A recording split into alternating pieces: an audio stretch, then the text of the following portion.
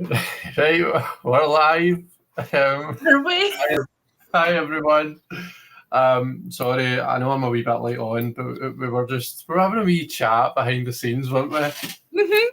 Uh, right,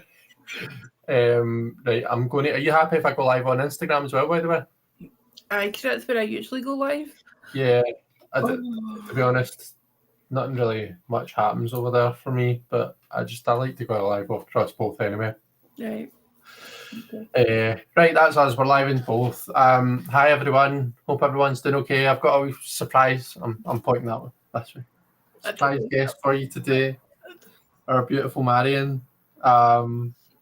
Completely unplanned, wasn't it? Mm-hmm. And when I say completely unplanned, I mean Marion texted me 20 minutes ago and said, "Shit, am I meant to be going live with you?" And I was like, don't think so. Do you want to go live with me? You're always welcome. She was like, "Aye, why not? Let's do it." So here we are. But Marion and I were having a nice wee cozy catch up just before we went live there, and as per pals catching up, things were said that you wouldn't necessarily say live in a YouTube live, but then Marion clocked that it's on Restream. It says people can see and hear you or something like that. It says you're live on the show. Everyone can see and hear you. Yeah, but obviously I hadn't hit go live yet, so Marion shat herself and was like, "Oh my god, can everybody hear me there?" So there was a brown paper bag that came out and everything to get the breathing under control. But I think we're all right now, aren't we? We're okay. We're still a bit red. I keep see, because this was so impromptu. I literally just slung on some eye makeup, like a slicker eyeshadow and a flick of mascara. So I've not put any anti-shine stuff on it. And because we're now in winter time, I've got my big light on. So it's like, so I've got a big shiny face. So please. I will. You look beautiful. So you do. Just don't try to cover up your beautiful face. Okay. Right, let me get down and say hi to the people that are here. Right.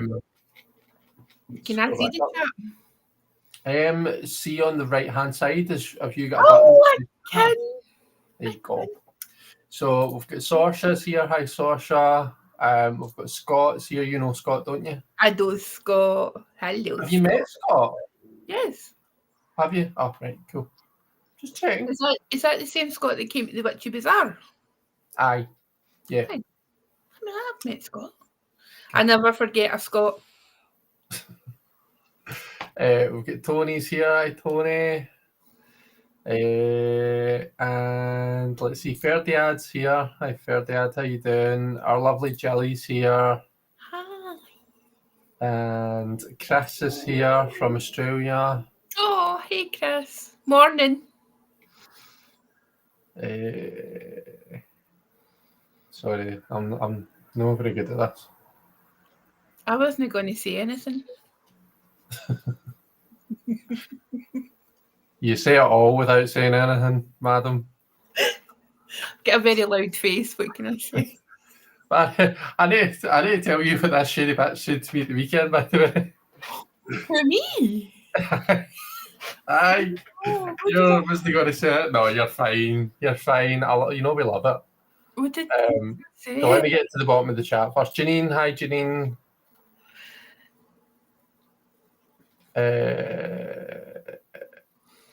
Marita, hi Marita. Oh, Janine's not got her specs on. Can you add a link for Marion's page, please? If one of the mods could maybe do that for me, that would be fantastic. And I think that's me reached the bottom. When you came up to my table at the bazaar and said, "Oh, aye, is your vibe here more is more, aye?" Oh, your table clutter? Aye, on my table clutter. So we've learned that Marion doesn't like table clutter. Don't you dare. I know what you're leading up to. Don't you dare change your view of this camera. I actually wasn't on it, but now I'm tempted to. No. No, don't worry, I won't. Although I might need to if I'm putting the spotlight on you later on. Well, I'll just not put the spotlight on you. Mm-mm. Oh, right, okay. I'll try and remember no way. Oh dear. Aye. So I'll maybe rethink my. To be honest, I used to. I don't actually care. I know, and I don't know. I'm just trying to find a balance of what I like and what people like. Like, there's some stuff that I like to have there because it comforts me, and there's some stuff that I like just because I think it looks like it's a nice vibe. Do you know what? Right, see the fact that I don't actually care. You can do whatever you want. I know. But if I've learned anything in the last year, it's you do what Marion tells you. If Marion tells you to bring a big suitcase down to Manchester for the Tabby conference, you bring a big suitcase down to the Manchester for the Tabby conference. If Marion tells you to, I don't know. If Marion tells you to sit, you sit and you give me a floor. Marion says jump, I say in what shoes. That's what happens. That's what I've learned over the past year. It's not even funny yet. As people think I've got like a whole like thing going on, and I really have me. It's a cult, a Marion cult. It's a cult. Marion cult tarot. No, you can't say that because of somebody else that's got like the whole is brands himself with the word cult. So we couldn't do that even if I wanted to. So no, I don't want to. I'm just Marion. Because it's like, like in saying that I was privy to a conversation and I can't say much, but there was a conversation where we were talking about like meeting people in a professional capacity. Mm-hmm. And there's some people in like how you introduce yourself, right? And it's like people be like that to me, they're like, oh Marion, you've done this for like ages and you've been here and been there and met this person and met that person. They're like, how do you introduce yourself? And I'm like, just say hi, I'm Marion. It's like, I'm Marion, hi. Do you know what I mean? They're like, what do you know, like, you list your resume or your CV? And I'm like, oh no, I don't like talking about myself. I'm just Marion, hi. Do they not know that you need to have a red carpet rolled out for you and a fanfare of people playing the trumpet for you to? Well, I mean, if they don't already, then it's not really worth me talking to them, isn't it? What's that? I'm going to say this, right? I blame. I always had a wee bit of diva, right? But see, since I started like really hanging around in the tarot industry, right? You know the kind of company I keep at tarot conferences, etc. This is true. This is true. Right? It's like I became Mary a diva. I was never really a diva. It was like. I'm just remembering Christopher Hughes with that huge fan. Do you remember? Like everyone's got their wee fans or their electric fans on, and then he just hits it with a big. I know. That's one of the many reasons I love Chris so much. But it was like, I always love to be next to Chris and walk next to Chris because I feel wee. I don't get to feel wee that often. Yeah, I do. How tall is Christopher? Do you know? 6'4". 6'4". All right, okay. So he's a bit taller than me. Mm-hmm. So that's how I like walking beside you as well because I feel wee. No, but it's true, right? Because I had this whole conversation, and it was when my mum was in hospital recently, and I had to like do up her bedroom, and I was getting ready a bed frame, mm-hmm. and it's a king size. Like for the our American audience, it's like the British king size is the same as a queen size in the US, so it's fairly hefty, and it's metal. So I had folded this thing up in itself. And I'm taking it outside for like the collection, like see, like garbage collection. Right, so I'd arranged a pickup, and I'm struggling out with this. Right now, you know me. For folk who don't know, I'm 5'11". Right, so just like kind of under 2 meters tall for Australians, Aussie Chris there. So like just kind of under 2 meters. So I'm humping this thing out. And do you know 5 men walked past me? And didn't offer to help? They didn't offer to help, right? Now I have got this theory, right? Tall women never got offered help. Oh, Never got offered help, and I actually put a post on Threads about it, and see the amount of tall women that who you came. said, yeah. They were like, "That's right." hmm Wow, hmm that's And funny. it's even less if you don't have blonde hair. So Yeah. I'm basically I'm fucked. I'll date myself. See, that's strange, isn't it? It's. I I mean, wonder if you maybe just look. I would probably walk by you doing that and think, "Oh, fucking, she's stronger than me." I'm not. I'm not going to offer these wee muscles as help. She's clearly got it all together. No, I'm joking. I would obviously offer to help you. Caroline from Transformational Holistics has joined us on Instagram, by the way. no. Hi, Hi. Caroline. If you are still here, it always shows me 0. See, when you're live on Instagram, can you see how many people are watching? Yes, Like, but it's really weird because it's like it goes up and down. And right, sometimes it looks as if I'm talking to myself, but there is people in the chat. It's right, okay, really weird.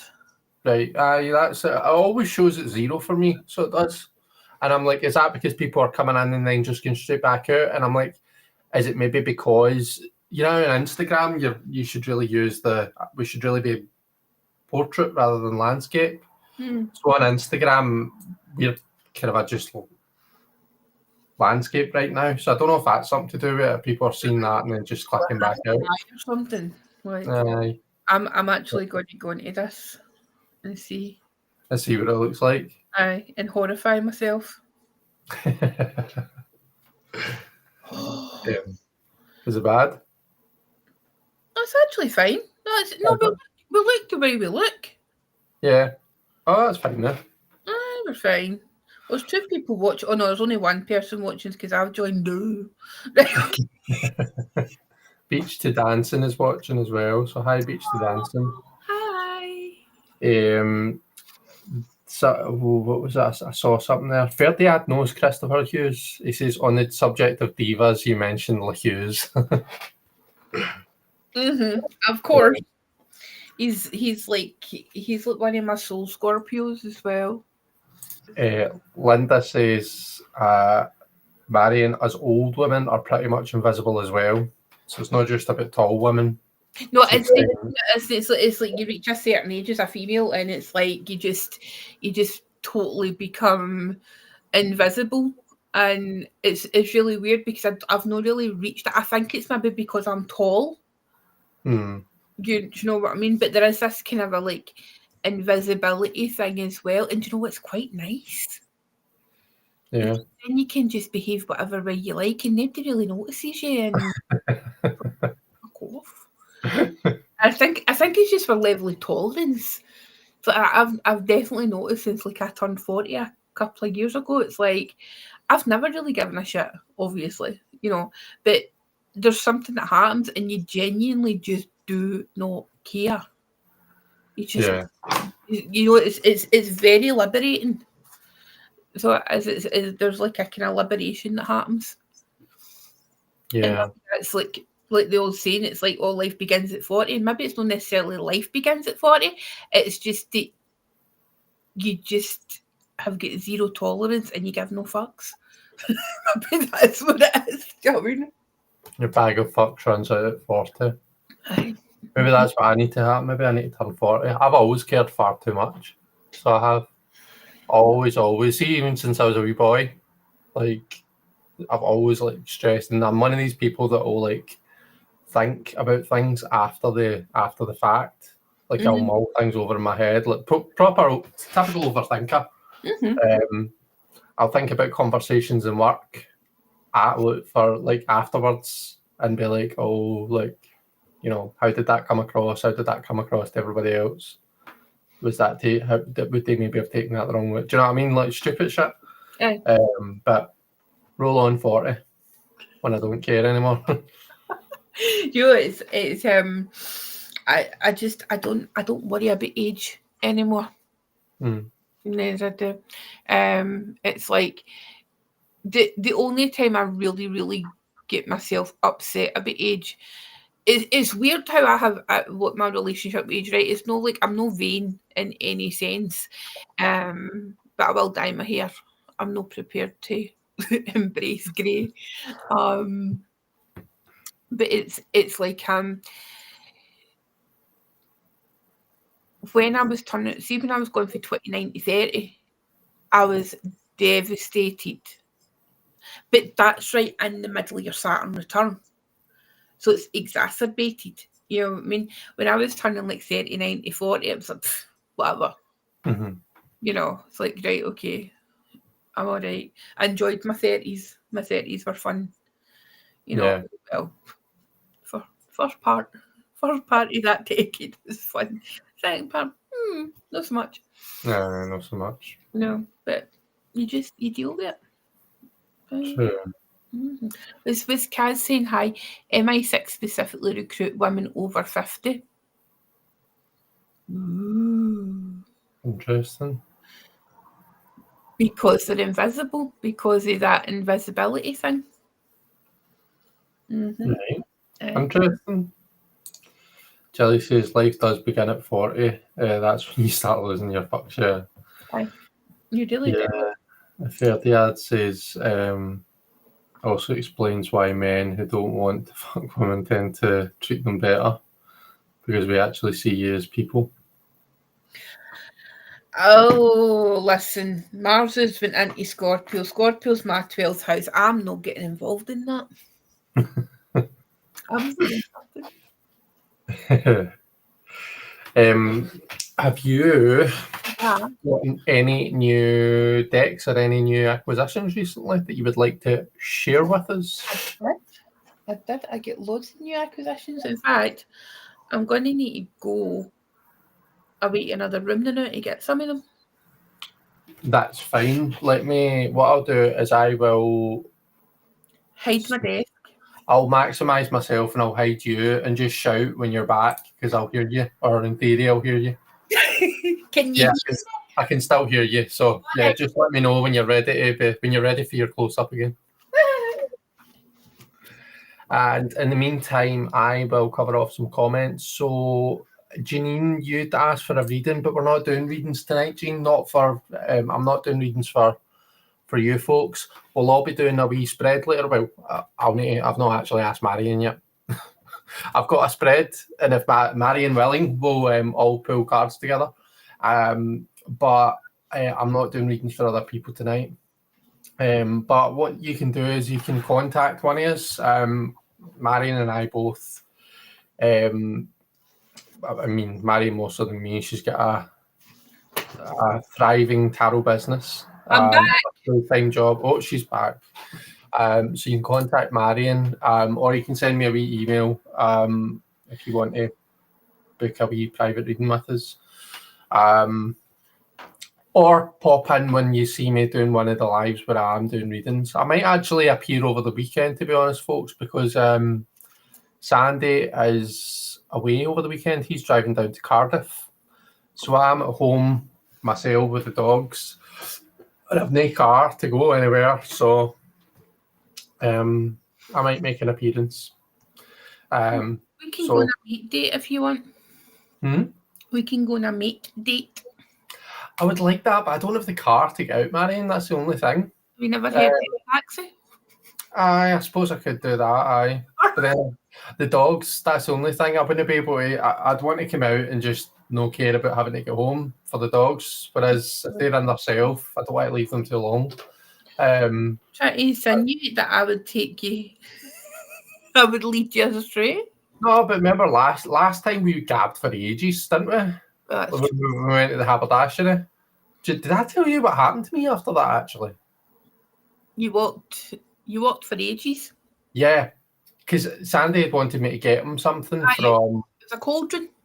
Aye, a cauldron for his. Sandy's got he's got a YouTube and an Instagram and a TikTok and all that, and he opens cards. And he's got like a kind of a wizardy vibe going on, which is why he wanted a cauldron. Mm-hmm. Anyway, but he sent me from like one end of Glasgow City Centre to the other to find this cauldron. But I've done that not realising that my parking only had like half an hour left on it. So I got back to my car. Thankfully, nobody had come along and ticketed me, so it was all good. But I was like, I must have been about an hour late or half an hour late for my parking. So yeah, that wasn't great. But hey ho, you live and learn, don't you? I know, Ferdiad.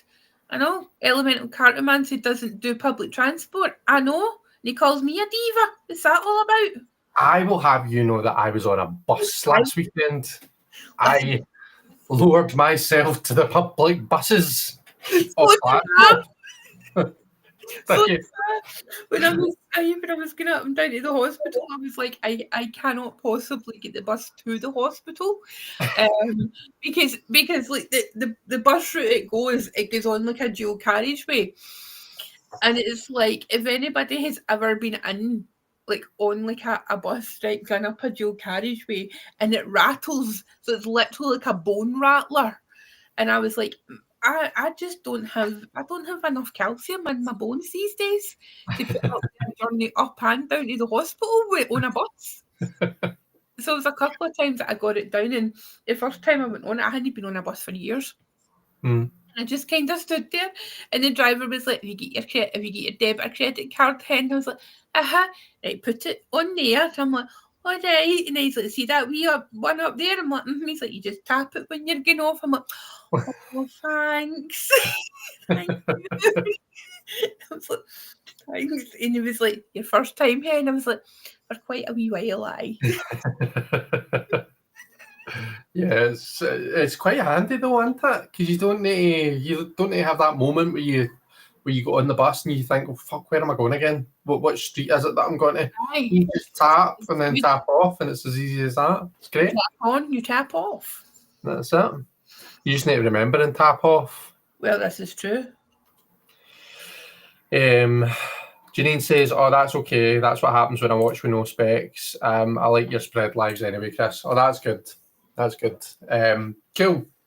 Right, your acquisitions to show us. Acquisitions, right? Okay. I've been told that I'm not allowed to put Marion on close up because I'll end up showing off the table behind her. I don't mind. Put me on close up, right? Right, okay.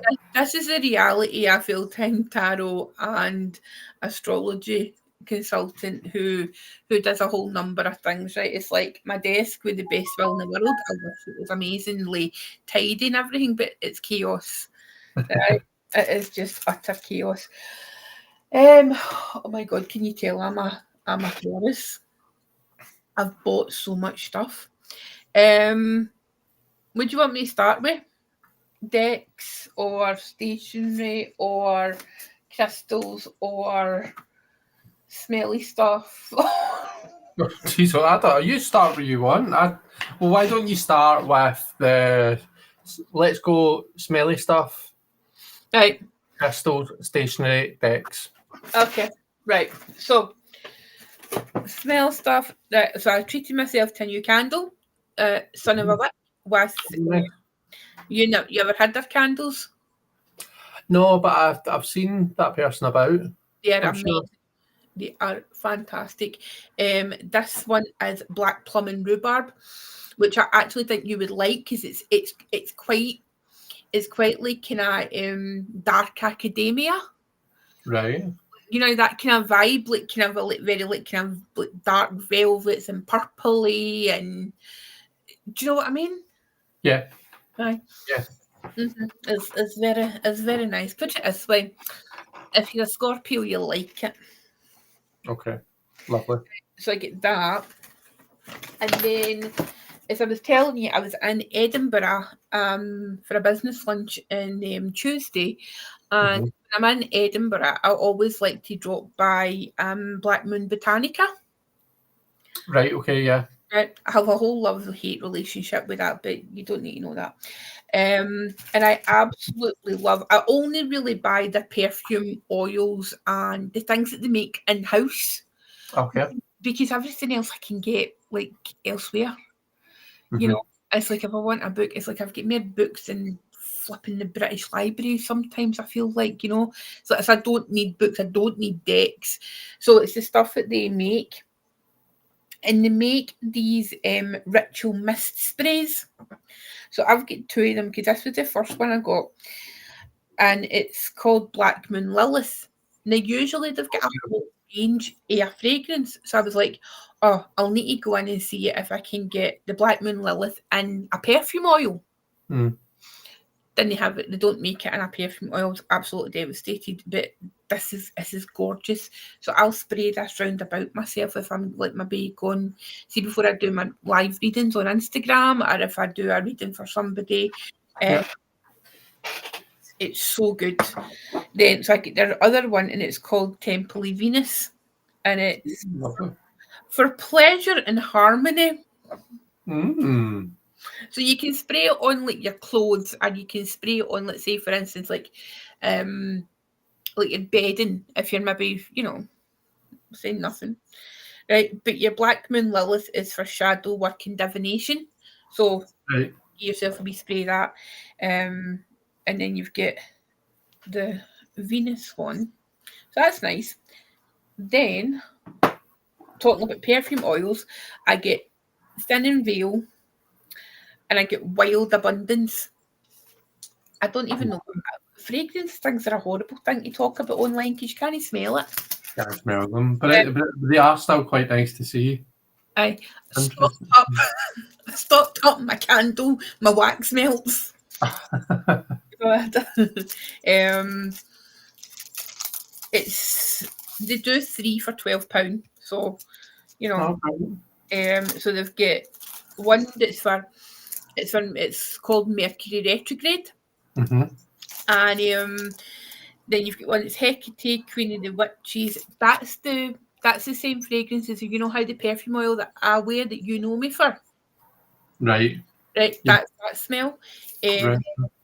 And then it's just another couple. Then you get a Thin and Veil fragrance, which is nice if you're doing like any kind of ritual work. But the Mercury Retrograde one, quick story, I gave that to a friend of mine who is a therapist. They're a trauma, specialise in trauma therapy, and they had this particular client, and they just weren't talking at all. Like sometimes, like if you're going through something, you maybe get some kind of response to clients, but it was like, I don't know what to do. Obviously didn't give me any details or anything, of course, but I was like, do you know what, I'll tell you what. And I had like a pack of that spare, and he always like burned like wax melts in his office, and I was like, try that one. He's like, that'll not make any difference. I goes, well, if it'll not make any difference, what's the harm in trying it? Yeah, exactly. Do you know what I mean? I was like, it's a Mercury Retrograde. It goes, that's to help ease communication. And he was like, right, okay. And he just kind of looked at me, and just kind of rolled his eyes. He's like, right, Mary. And I was like, look, just try it. And he's like, right, okay. Phone me. He was like, honestly, he's like, could not believe it. He was like, walked in, first thing that gets said, the client who had been practically non-verbal just grunted in acknowledgement. They started talking. And the first thing they said was, oh, you've got a new wax melt. I really like that one. I didn't like the other one you had. And that was it. Yeah. That's really cool. So is it a placebo? Is it just a coincidence? I don't know. Just as Marion tells you. Exactly. Do as I say. Not as I do. Never as I do. Right, so I'll get that. Yeah. I want to say a quick hi to Cheryl, by the way. Cheryl from Oneness Emporium is here. Hi, Cheryl. Hi, Cheryl. So what we're going on to next? Are we going on to either stationery or crystals, you pick. Right, okay, so I'll only get one. Right, so crystals I got for Sharon. Oh, fluorite. Fluorite here. Oh, that's lovely. That's very nice. That was a gift for Shaz. So Sharon was down in the basement. Sharon that's down in the basement. Do you want to explain that a wee bit better? Is she in your basement now? Is she okay? Does she need a drink of water? And she's in there mining for fluoride crystals. No, Sharon, it was in the downstairs at the Witchy Bazaar on Sunday, Indigo Holistics. Okay. Through the wee. Yes. Yes. I think so. Yeah. Was she in the through the wee kitcheny bit? Yes. Right. Okay. I've got you. So she had a table full of crystals as well. Oh, I So didn't even notice. so she get amazing prices.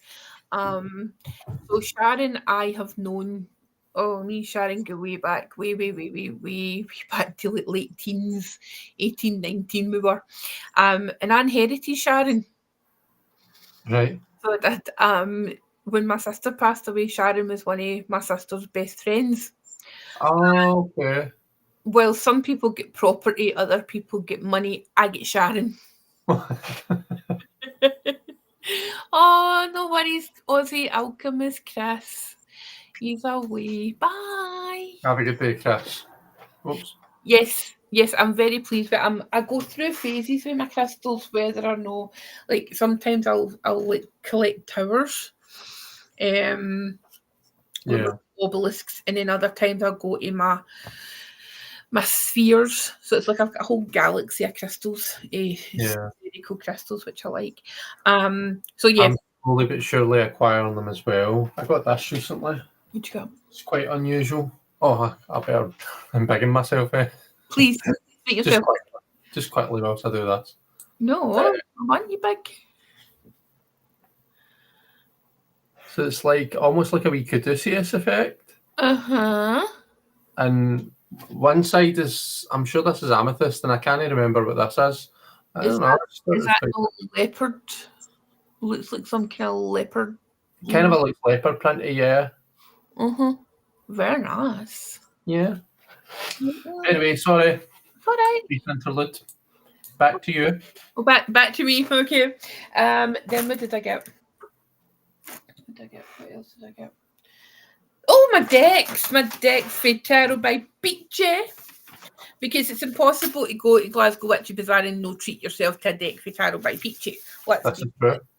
Yeah, I know. So I get the Crystal Portal Oracle. I have get the Moonstruck Crystals Tarot. The first edition, the one with the gold foil, and then I get this. Oh, Mindscapes, yeah, lovely. I was so surprised. It wasn't until I got home I realised that it was a Hay House deck.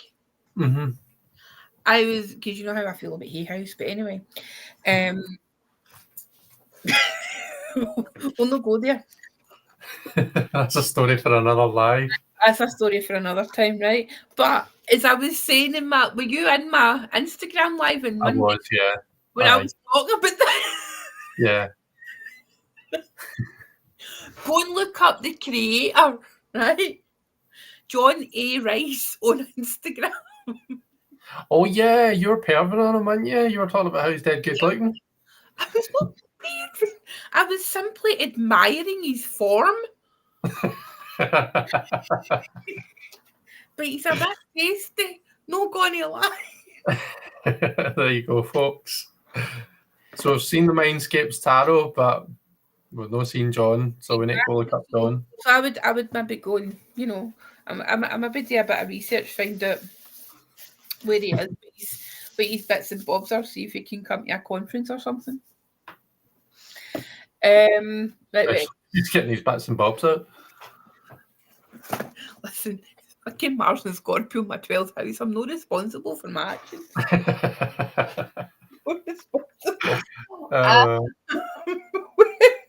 Moving on swiftly.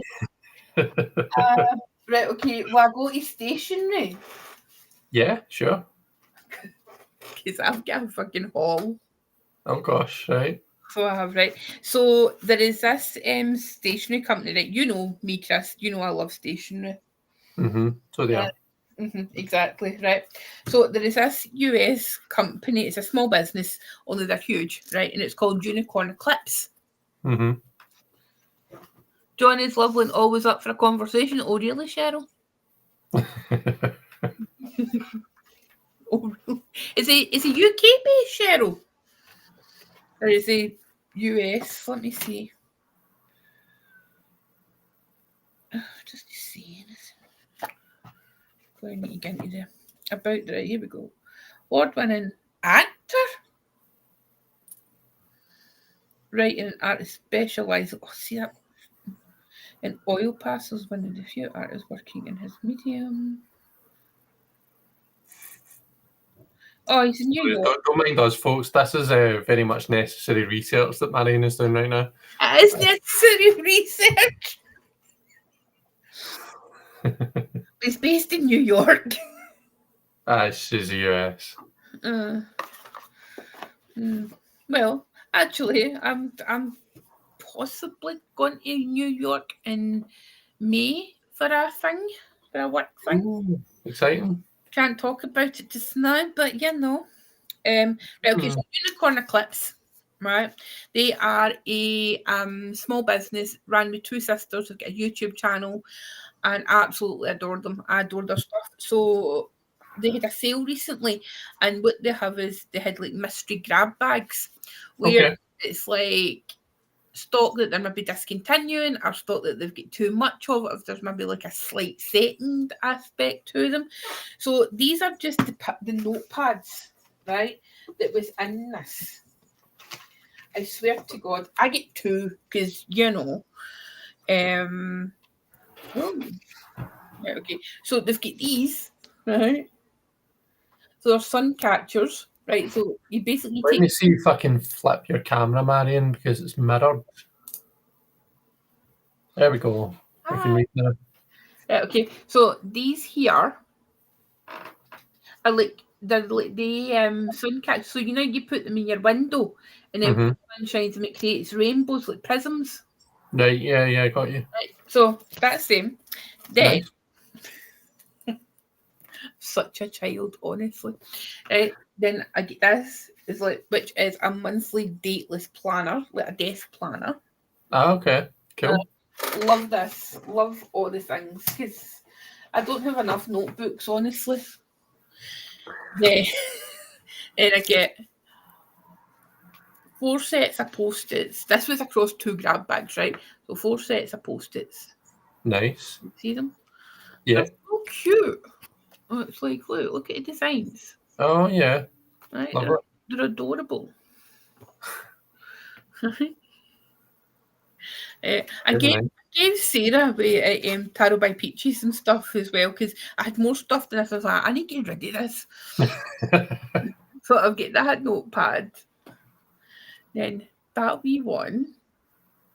And then that wee planner pad. A wee to-do pad. Oh. And do you use stationery a lot then? I use stationery all the time. So you've got like brain dump pads. Right. You've got a schedule planner, like I mean you can tell they're in the US, do you know what I mean? Schedule 6 AM to 12 AM, hi, right? Tell me. You get weekly planners. I just adore stationery. I get through so many notepads. Like see if I'm doing like lives or whatever. Right. I'll write down everybody's name. Oh, do you? Yeah, see, so I don't get mixed up in like so with everybody coming in, like, and then I read them in the order that they come in.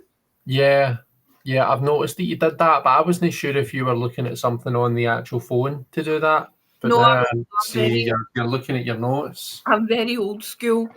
Right. So and then it's like if I see somebody, like for instance, some people who come to my lives and they've just got like their Instagram handle, they don't have their name. And there's people who don't, and I know their name because of clients. Right, okay. They don't like their name being like public knowledge. So it's like asterisks, and because you know what I'm like, it's like if I'm in the flow of something, so I'll like red ink it. What else? What else did I get? I think that's it. Is that you? Aye, that's it. Oh, and then like the 500 copies in my deck. Yes. And hopefully everyone's seen my unboxing of Marion's deck, or you've seen somebody's unboxing or walkthrough of it. What? What? Has people been doing walkthroughs? They terrify me. I've seen some stuff on. Ari Wisner done a gorgeous wee reel. Yeah, that's right. I actually need to watch his. I quite like Ari. Ari seems like a nice person. Ari's an absolute sweetheart. He's coming to Glasgow. Is he? Good stuff. He's coming to my shindig. Good. Excellent. That's what we like to see. If it happens. Oh. Say prayers for the venue.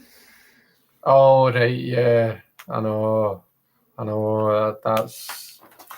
Oh, we could go down a whole blooming tangent on that, couldn't we? Well, that's how I can release tickets just now, because if it turns out I need to go and get another venue, I have got a backup venue in mind, but it's when they've got that date, because it's right in the height of wedding season. Oh, of course, right, okay. And it was like the haberdashery, that was the only weekend they had. Okay. And it was a weekend that I wanted. Mm-hmm. You know what I mean? Yeah, because you were quite specific. You wanted it to be in tourist season, and yeah. Aye. And there was a reason, and I didn't understand why it was that particular weekend, but it transpires that the thing that I'm not allowed to talk about, but I'm kind of talking about the New York thing, that would be happening in the beginning of May. Right.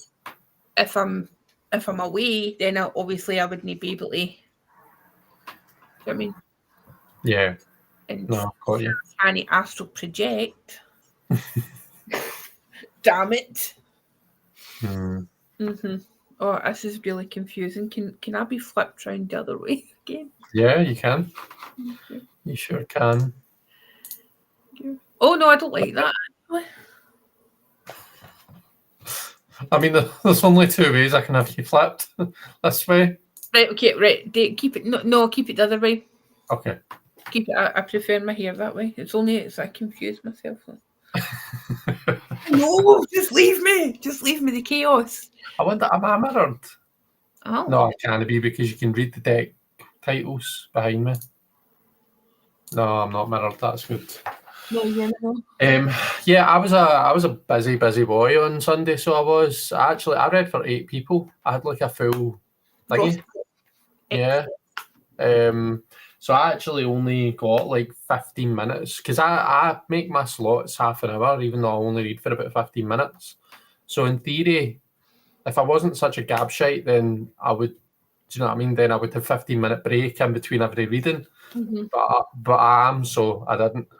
But I did manage to get up and see. Well, I saw you. I came and said a quick hi to you, and then I went and saw Sarah, and got myself. I think I'm pretty sure you've told me this is one of your favourite decks. Didn't I show you what I got? Did I? No. No. Yeah. It's my heart deck. Yeah. I already have a version of this, and it's the. Do you know what? You can actually just see it. Is it the French version? Yes, it's there, just behind Gaia. The French coffret. Yes. Now, I like it. I like it. Like it's fine. Like, but I don't know if you've noticed this. Have you ever taken a deck that's got French titles with you when you're doing readings for people? They avoid it like the plague. They don't like being read with like French title decks. I don't give people a choice. Do you know? No. You gave me a choice. Am I special? You're special. Oh, I didn't know that. Yeah, when you read for me, I got a choice between Rider-Waite-Smith and the Catherine Blackwater deck, and I chose Catherine Blackwater. Mm-hmm. Aye, that's it. Must have been just because it was you. Oh, well, that's nice. Chris feels all special now. I do. So this has got the English titles, but it's also got different cardstock. The cardstock on that one is like, I don't know if anybody's bought any of the kind of a French decks. So Is it who's the publisher of the French one?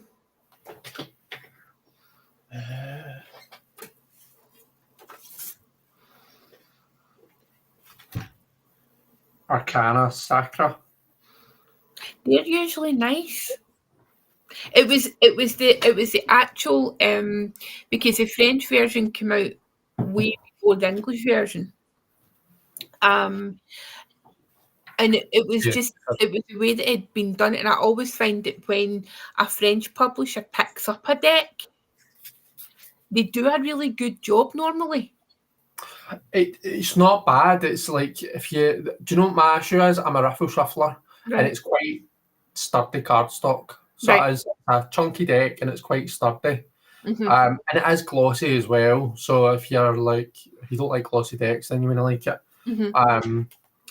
And it kind of hurts my hands to shuffle after a while. Right. This, on the other hand, is beautiful matte cardstock. It has got like the silver foil edges, and it's much more kind of pliable. It's much more malleable to shuffle. I'm trying to see when my first edition is, because I never usually have it far from me. Is it the indie edition you've got? I have got the first edition. Right. Oh. Because that deck has got my all-time favourite Chariot card in any deck. The Chariot. Talk to me about this, Marion. Talk to me about the Chariot being linked to the sign of Cancer. It just is, right? It's not just me then, is it?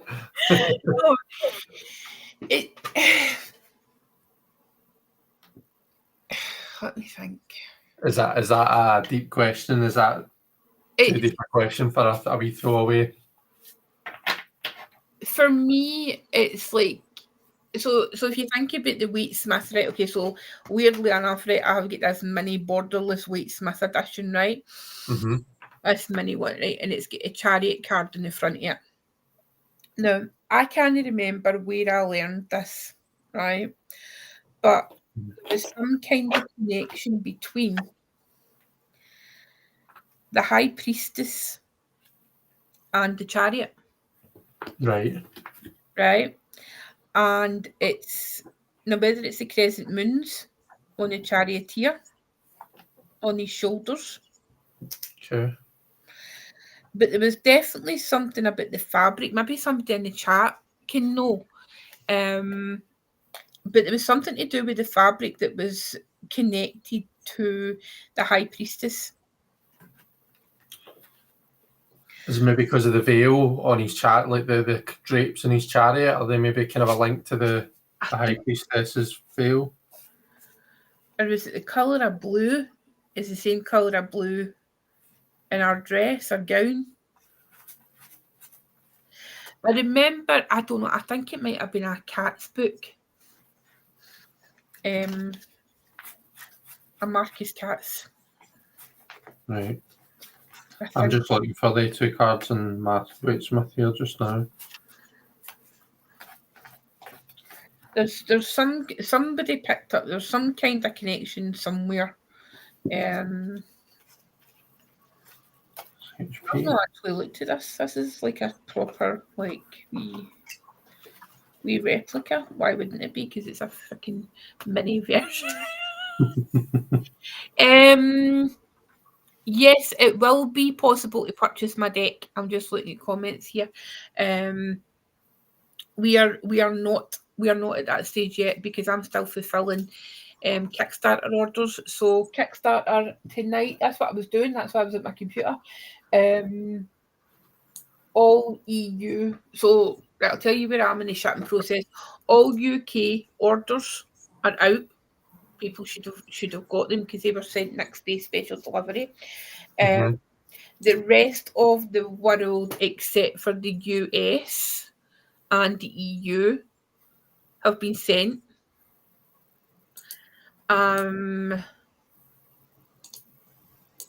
Where else? So all the EU shipping labels have been done tonight, and they will be going out tomorrow.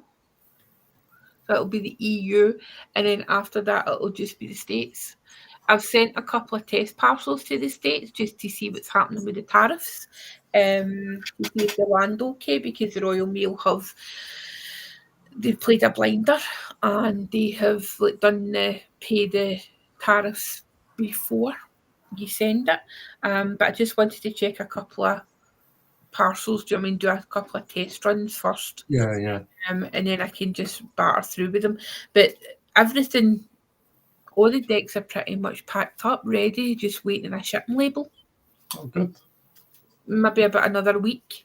I mean, I want everything done and dusted, like, as much as possible. Like, obviously, there's still, like, kind of straggly things, like people no receiving their survey, or no filling in the survey right, or just that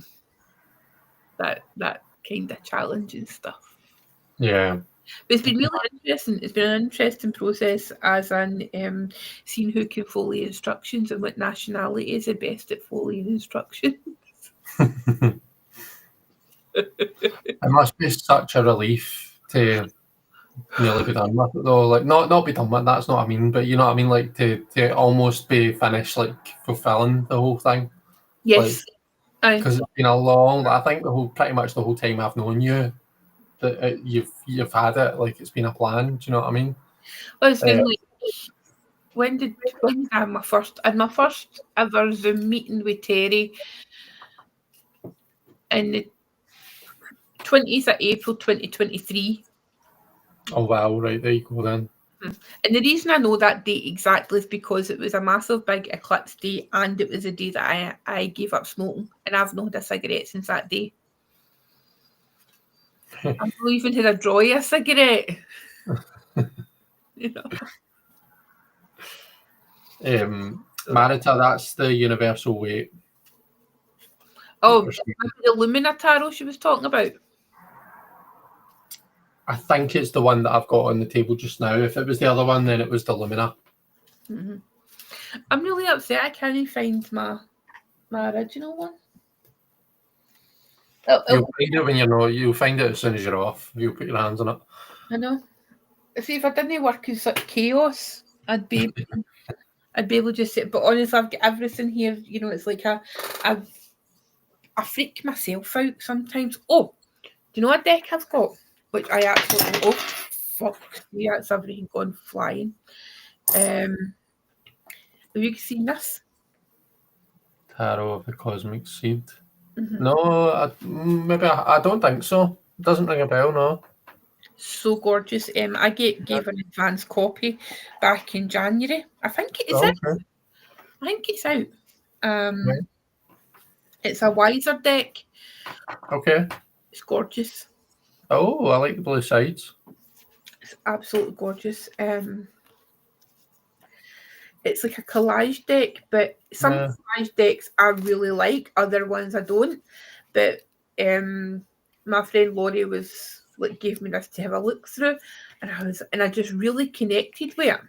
Yeah, it does look beautiful. I'm not normally a fan of collage decks. It takes a lot for me to want to get a collage, but it's lovely. Yeah.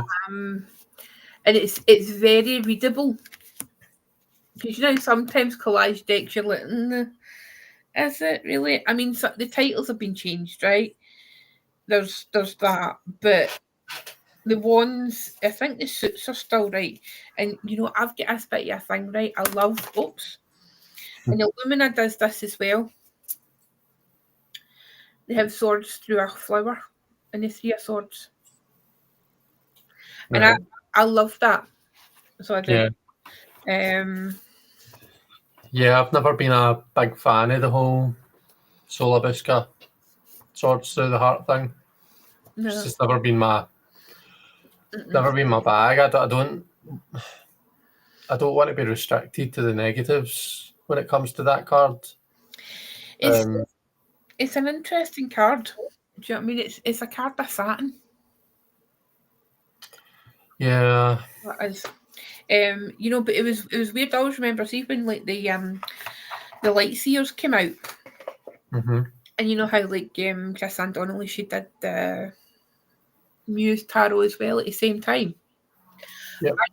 I got an original a Kickstarter copy of the Light Seers. I did not get the original Ten of Swords. I get one of the botched copies that she opened up and rifled through and took that card out and put the Oh no. one. Aye. I ended up selling it, to be honest, in it because I sold it. I sold it for a plane ticket. I sold. I sold my original, my first edition Light Seers for a plane ticket. Yeah. To buy a plane ticket either, because it was better for me. It was a better investment. But I always really enjoyed the Muse Tarot, and I enjoy it because I get the Hay House version. But Yeah. I enjoy the Muse Tarot much more than Right. the Light Seers. It's not that I don't like the Light Seers. It's just it's been overdone. It's it's like this decade's version of what the Wild Unknown was in the noughties. Right. See, I love the Light Seers. The Light Seers is probably my favourite deck.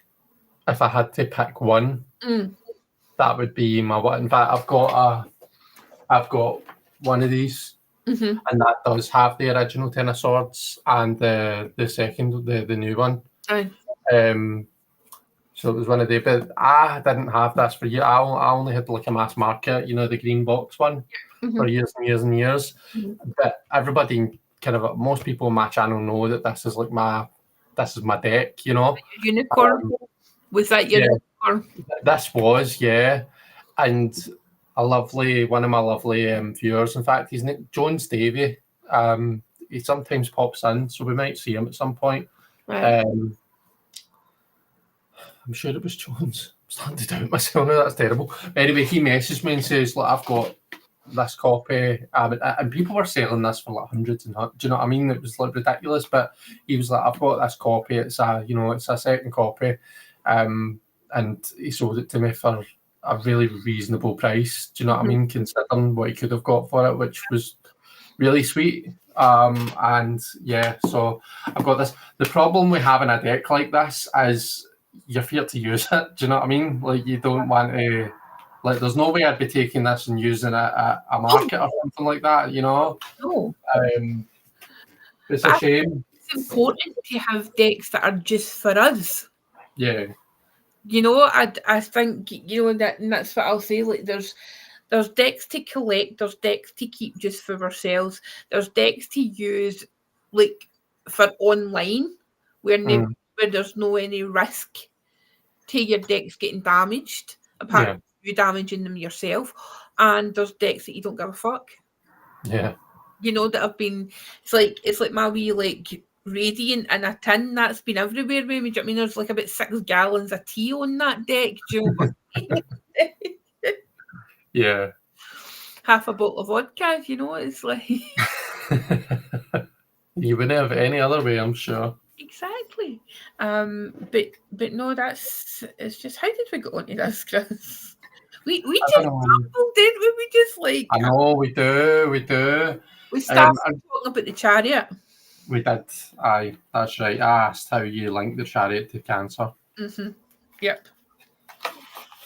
I don't know. Don't ask me that question. Are you happy to do a spread, Marion? Yeah. Cool. Are you wanting to read for yourself, or you want to read for each other? Do you want to read for each other? That was kind of fun. It was kind of fun last time, wasn't it? Aye, let's do that. You any particular deck you want me to use to read for you? No, I don't care.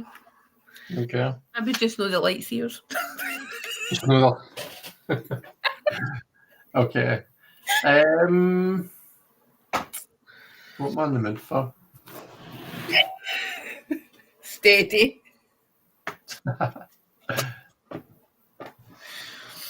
Not like that. Do you know what I'll use? Do you know New Voice? Ross Salerno's? Yes. Do you approve? I do. I love his work. Okay. Let's do that. Is it I just need to remember in one or is it the weight one? the weight one. Oh. I just need to remember and warn people if there's a card with naked bits, with naked person bits on it.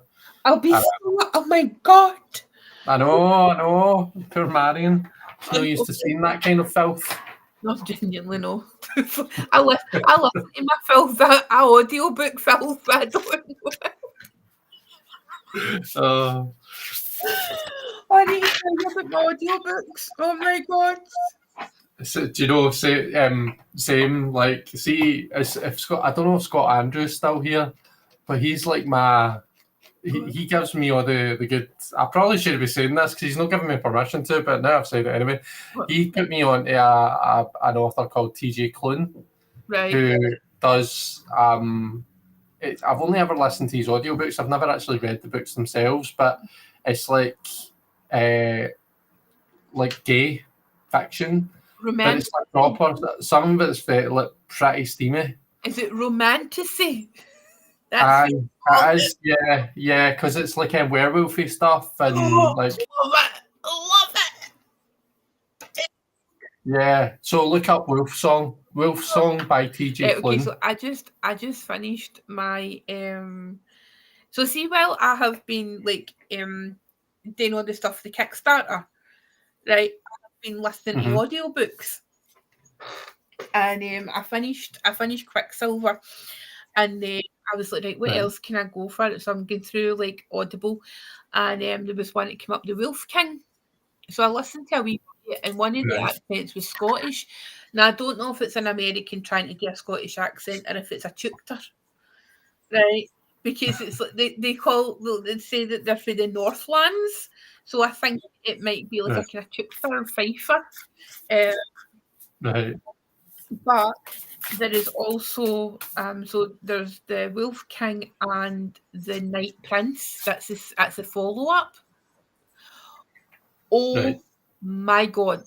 I finished the Night Prince last night, and I'm like, right.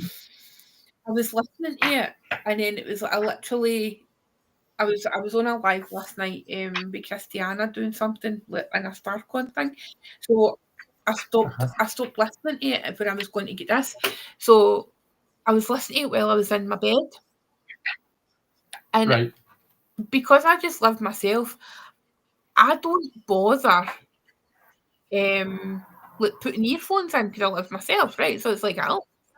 Yeah. So it was like counting down to the last few chapters, right? And one of the characters, he never had this voice actor in the first book, but obviously because he was more a central character in the second book, they get a voice actor in just for him. God, his voice. He's no Scottish. He's got an English accent. He's got a very posh English accent. You know, I can't help myself, Mr. Scorpio. You know, I'm like a moth to the flame. Right? And he's just got this growly voice, and I'm just like, oh.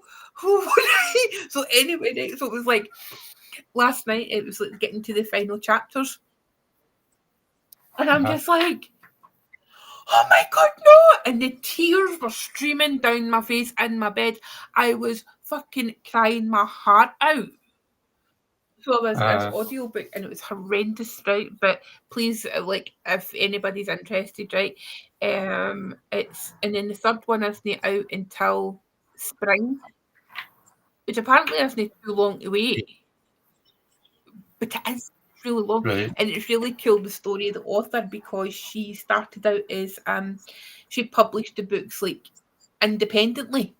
And then I think what's happened is Book Talk get a hold of it, and it just went viral, and she's been picked up with and it's just it's all roller coasting for her, and it's so cool. Good for her. That's amazing. It's like, but it basically has taught me, right, like getting into these romanticy books, right, that regardless of how healed you are, right, how healed you think you are. Right, maybe this is just me, but see if there's a toxic bastard character, I will root for them. Do you know what I mean? I that is the character that I will. Do you know what I mean? I will align myself with. It's I can't help it. It's like that deep rooted. Like, is there a bad boy? Oh, there's a bad boy. I'll need to go to the back. Please leave me out of temptation. Yes, I will go willingly. Your toxic trait. I can I'm just seeing Scott is still here. He says, company. he says, where is it? He says, thanks for that, Chris. You're welcome, Scott. Sorry. Yeah, aye, so he's coming here on a book tour soon. So it's Wolf. That'll be cool. Okay, that keeps my next one, because I honestly, do you know what? I don't care. Neither do I. It's like, so Wolf Song is the first book in a series of 4. And then there's also I think it was Debbie mentioned House in the Cerulean Sea. Right. And then I've been listening to as well, he's got another series out, and what's it called? Hang on, let me find it. But it's about like a wizard apprentice, and he's got a best pal who's a gay unicorn called Gary. And he's the sassiest. Why Gary? That's my toxic, horrible ex's name. I can't listen to that. I don't care if it's a unicorn or no. I can't listen. Gary. No, I can't.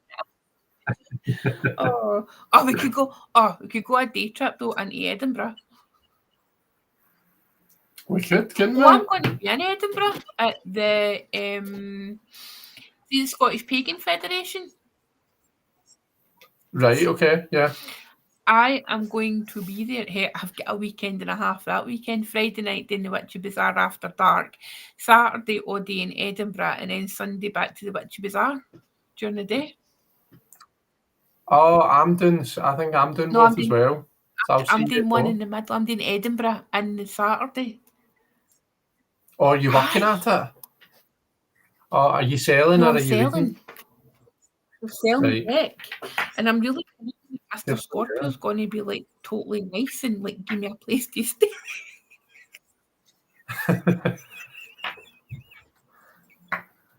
You better. And maybe come and pick me up in Glasgow. And I'll pay him in kind. I'll pay him in decks. I'll be like, there you go, sweetheart.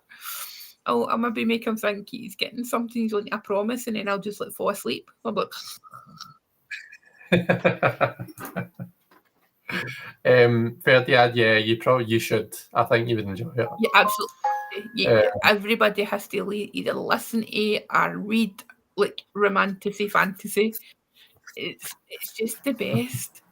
It's so funny, like watching coming home for Edinburgh on Tuesday, right? I'm sitting in the train, right, like all like demure, right, and just kind of sitting there, right, and all sorts is going on in my headphones.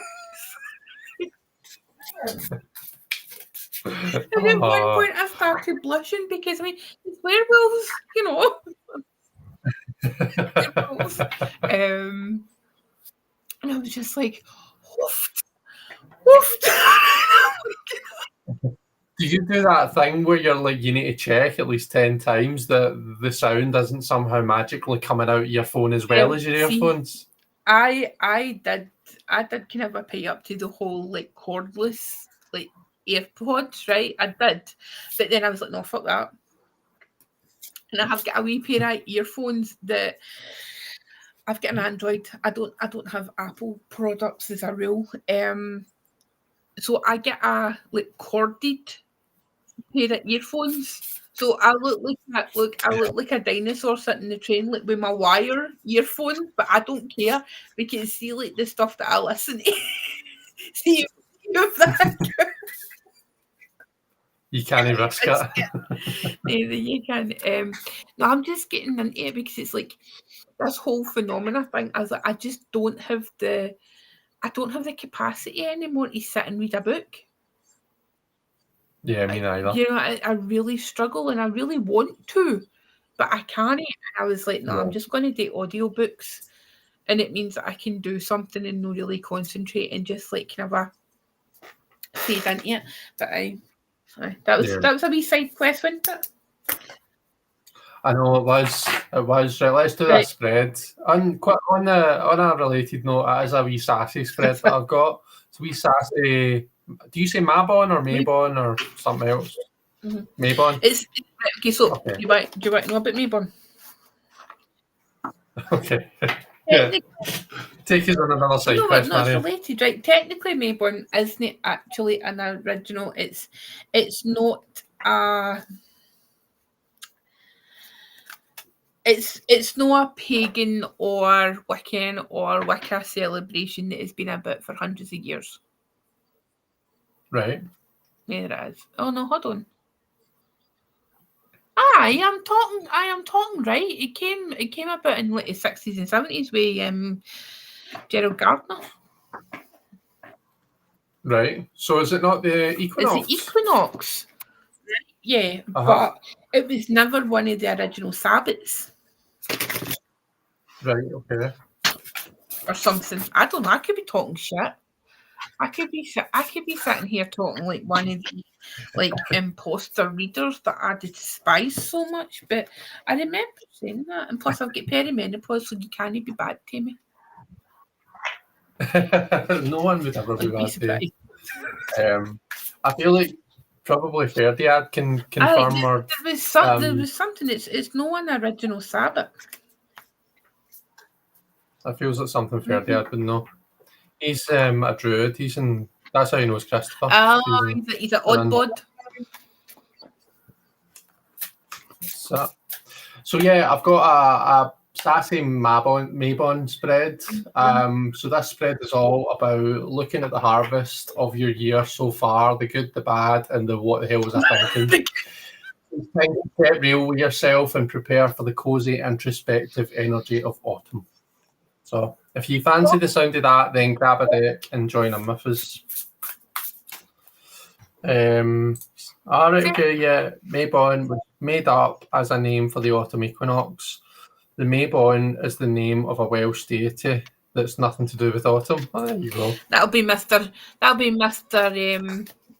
Hughes' next book then. Definitely an odd body. I've not actually spoke to him properly since Pabby. I've not spoke to anybody since Pabby, basically, because it was like I came back for Tabby, I had 4 days, and then it was like fucking all hell broke loose. You've hit everything. You've hit your mum and you've hit the deck, so I'm surprised you've got time to talk to me. I have time. I've always got time for you. September weekend. That's true. Right. Okay. The first card is Look What I Did. So this card represents the biggest accomplishment or personal win from your year.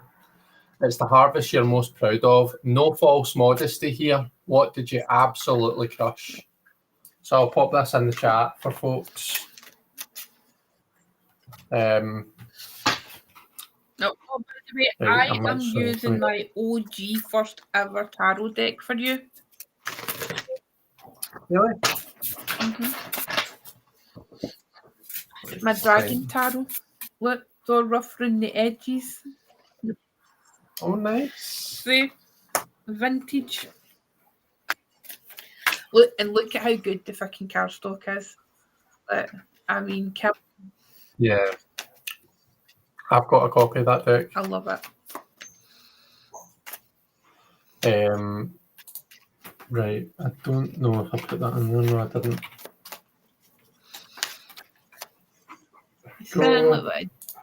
And I will stick it in the Instagram chat as well, just in case folks want to. Okay, you want to go first? Or you want me to? Okay. So you've got the Ace of Wands.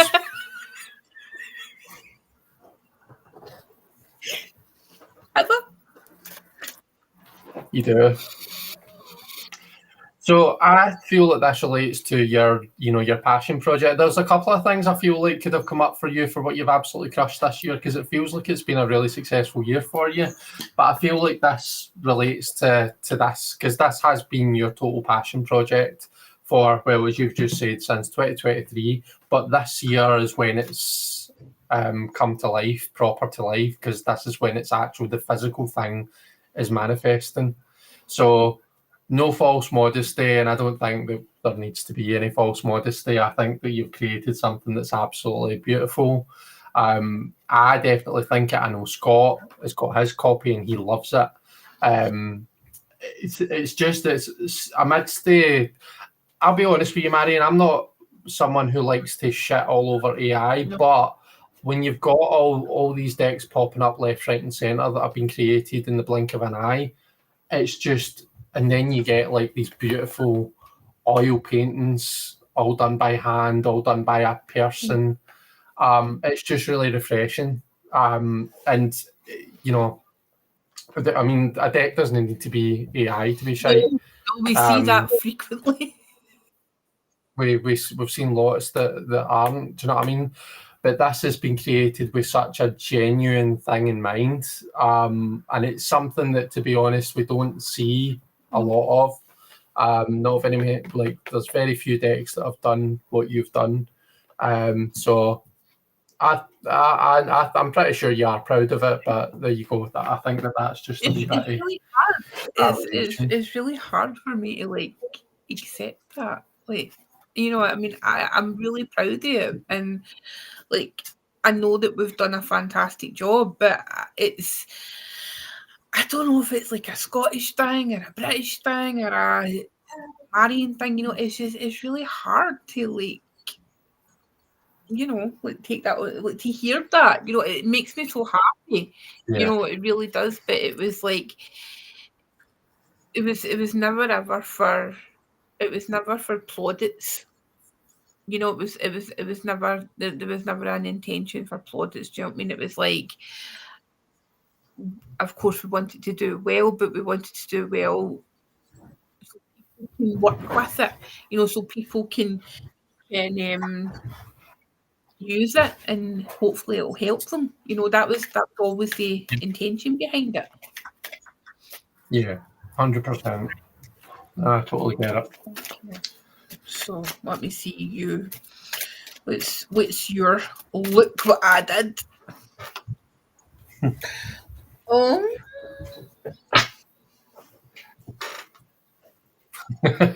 was the eyebrows for? Well, it's still an ace I want anyways, don't worry. It's a knight of coin. Sorry, Marion. Give me 2 wee seconds. I'm going to mute just a second, all right? This is because he's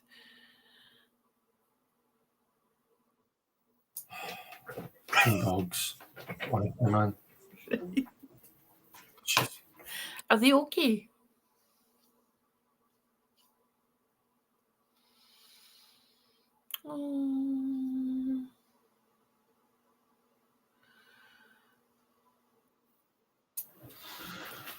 I'm back. Okay, so that's all right, darling.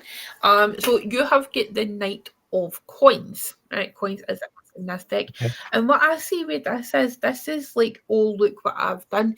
This is your journey over this year. You know, it actually taking solid steps forward, both the promotion and your career, and also your tarot career as well. You know, it's like you've went on that quest. You know, it isn't like where we see it in the Ace of Coins where it's just something starting new. No, you were already well into the journey. This was like you're leveling up your experience and you know the quest really. You know, for you to say to yourself, oh well, do you know what? I've done amazing, and that's what I want to say, because like was it last year? Was it last Halloween that you came to me for a reading at that first After Dark? It was 2 Halloweens ago now. Oh my god, right, that's scary. No, last Halloween we were in the bars, weren't we? Yeah, Right. everywhere. Yeah, So that's right. I think it's just like, I know it's meant to be this year, but I think you need to take into consideration like your whole journey. You know, with tarot stuff, Yeah. you know, with putting it in and like how you've grown in confidence. You know what I mean? And it's been an absolute joy to watch. So it has, you know, it's Oh, like, yeah. it is. No, it is. It's like, you know me, I only talk to nice people. I only talk to people who I think are worth it. So no, I do, and I only encourage people who I think are, you know, it's like I don't. I'm never like unkind to people, like if they ask me advice or that, you know, but there's if I don't see potential in somebody, then I just say, "Oh, that's very nice. Oh, that's good though. Well, good luck with that." You know, I don't Yeah. offer assistance. But Mhm. for people who like yourself, there was just I knew that you had it in you. You know, so it was just like you just needed a shove. You did. I did. And you gave me the shove. You Mhm. helped me. You know, so I think that's what it is. So it's I, like let's all have like cheerleaders and my pom poms out for Chris and how amazing he is and like his confidence and like standing up and doing talks at metaphysical events and you know and just having the confidence in yourself because you've got the knowledge and you're now showing that to the rest of the world. Slowly, steadfastly, like the Knight of Pentacles. You're welcome. thanks. See, I can be nice. You can. You can. You just don't like very many people to know it. I thought you were going to say I don't like many people to show it. Be nice to.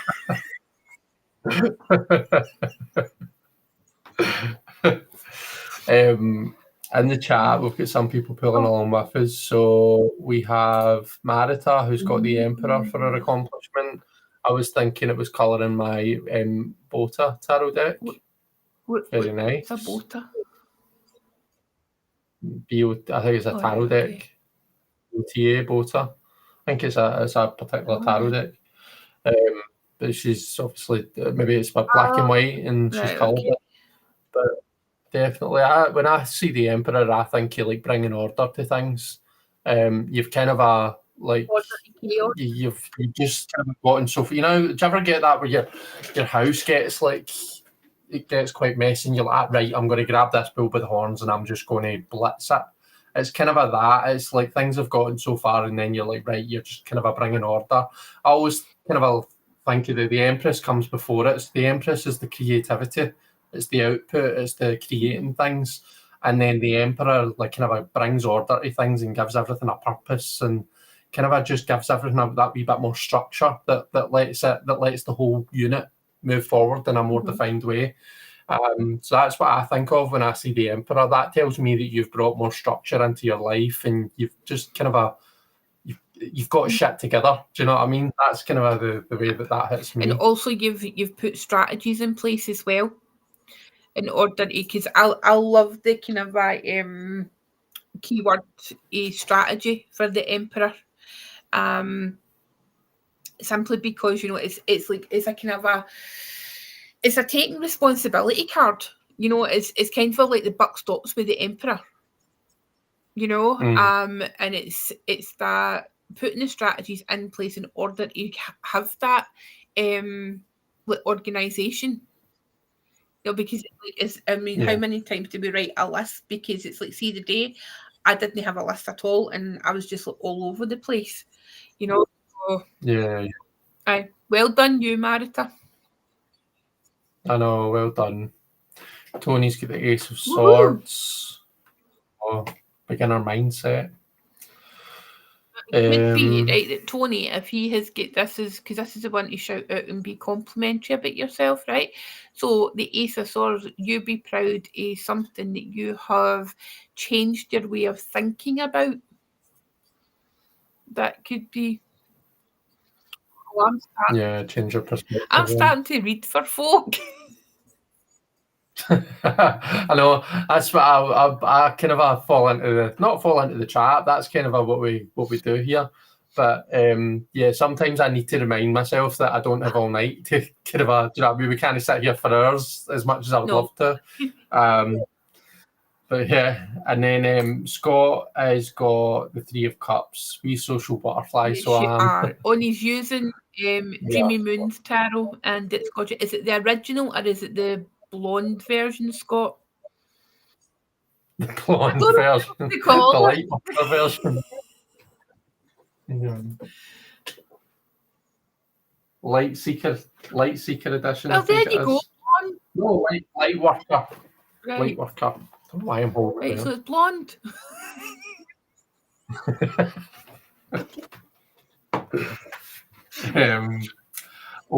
Ferdiad's using the Merikei tarot and he's got the moon.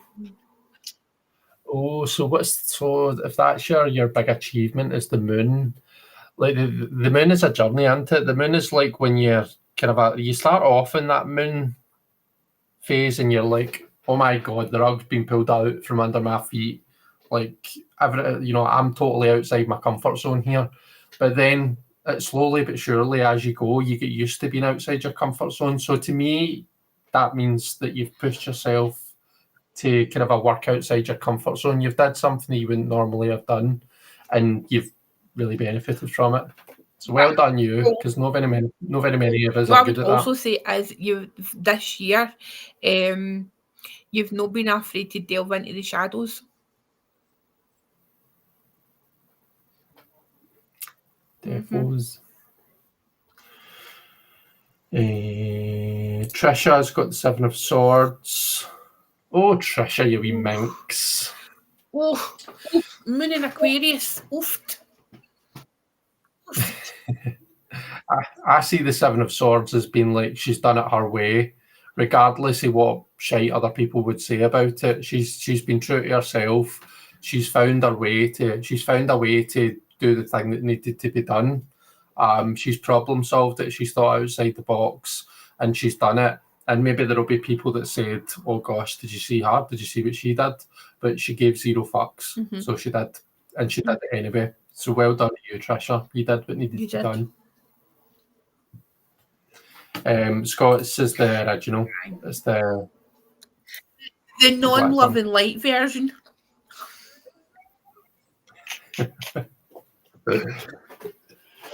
Okay. Shall we move on to the second card? Go for it. So that is Girl Bye. So this card is all about what you need to release. It's a dead-end situation, a toxic habit, or a mindset that's holding you back. This is your chance to drop it like it's hot and walk away. And if you get a Scorpio card in this position, I must have happened. No, I was going to say, do you shuffle in between? No, I don't either. No. You're all right. You're fine. You need to stop being such an argumentative wee shite, apparently. How do you know it's talking about me? Because this is your tarot spread, then.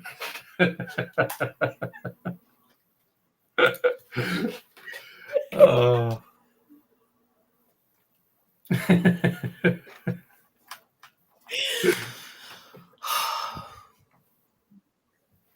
Okay. What do I think about this? That you can say. No, just go for it. I don't mind. We're amongst friends, and if they're no, then fuckies. So, who are you fighting that doesn't want to fight you back? Who or what are you resisting, arguing with, fighting that doesn't actually want to fight with you? Where are you bringing conflict into your life that maybe doesn't need to be? Is that a tarot spread or fucking therapy? Sometimes I can do both. It's probably me against me. So Could be. It kind of feels sometimes that there's like the conflict is between me, what I want to do, as opposed to what people think I should do, but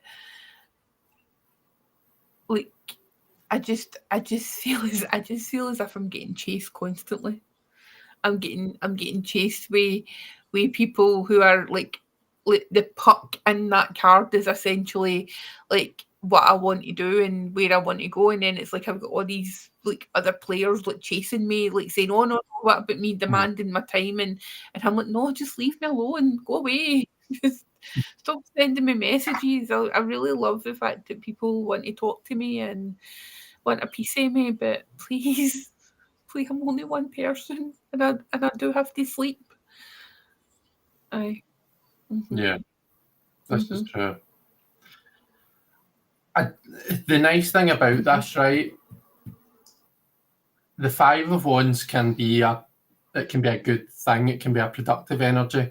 It can be the competition or just that bit of conflict that actually moves us to do better and be better. So as much as we're saying this is girl bye, this is what you need to release. Just because it's what you need to release doesn't mean that you need to wipe it out altogether. It could be that you stop the game, you have a timeout, you chat to your players, and you get them all working together. Do you know what I mean? So it's not as much as this is kind of this isn't like you need to call off the game altogether. It might just be like, right, we need to have a timeout, we need to have kind of a re-strategize and just think about how we're kind of going about this. So rather than everyone fighting with each other to get to the puck, can we come up with a game plan to work together and actually score the goal type thing? Do you know what I mean? I do. I feel that strongly. I think it's just feel like recent events and that everything has just been so like. Do you know what I mean? My routine is just totally shot to bits, and it's like I really need routine. And it's Yeah. like even though like working for yourself, you don't really have a routine as such. It's not like you. But I worked so hard to get to a place where there was like a routine, like my semblance of a routine, and just because of everything that was going on, it's like that's just been shot to bits, and I'm just like I'm craving it. It's like so maybe as opposed to letting go of the non-routine is what I need to do. Right, Yeah. what have you got?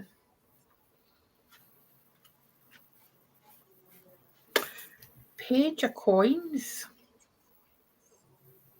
Oh, right after the night. And what I think you need to now what came into my mind was as soon as I seen that, right, the word that came into my head was beginner mindset. And this is like letting what you need to let go of. And whilst there's people who very much believe, oh, we're all eternal students, and yes, we are always learning, but I think there comes a point in our like career development, whatever side of this, and I think this is very much based in your tarot stuff. It's like when do you make that step? When do you take that step? And it's like when do you sit with the fact that you are no longer like in one side of the things? Do you know what I mean? When are you going to accept the fact that actually you're a professional just because you don't do it full time? Yeah. Right? Because if you're out there, you're reading for people, you're taking on that responsibility. Because I mean, make no mistake, it is a huge responsibility to read for people, read for the public, right? And you're accepting payment for that. So, in any other line of work, you would be considered a professional. Yeah. I know what you It's like mean. moving for that kind of a particular like thought process and letting that go. It's kind of a like the leaving primary school and going to high school, or leaving high school and going to uni. It's Yeah. that kind of a thing. It's like the leveling up is there. It's just like into Yeah. yourself. I know exactly. I know what you mean. Yeah.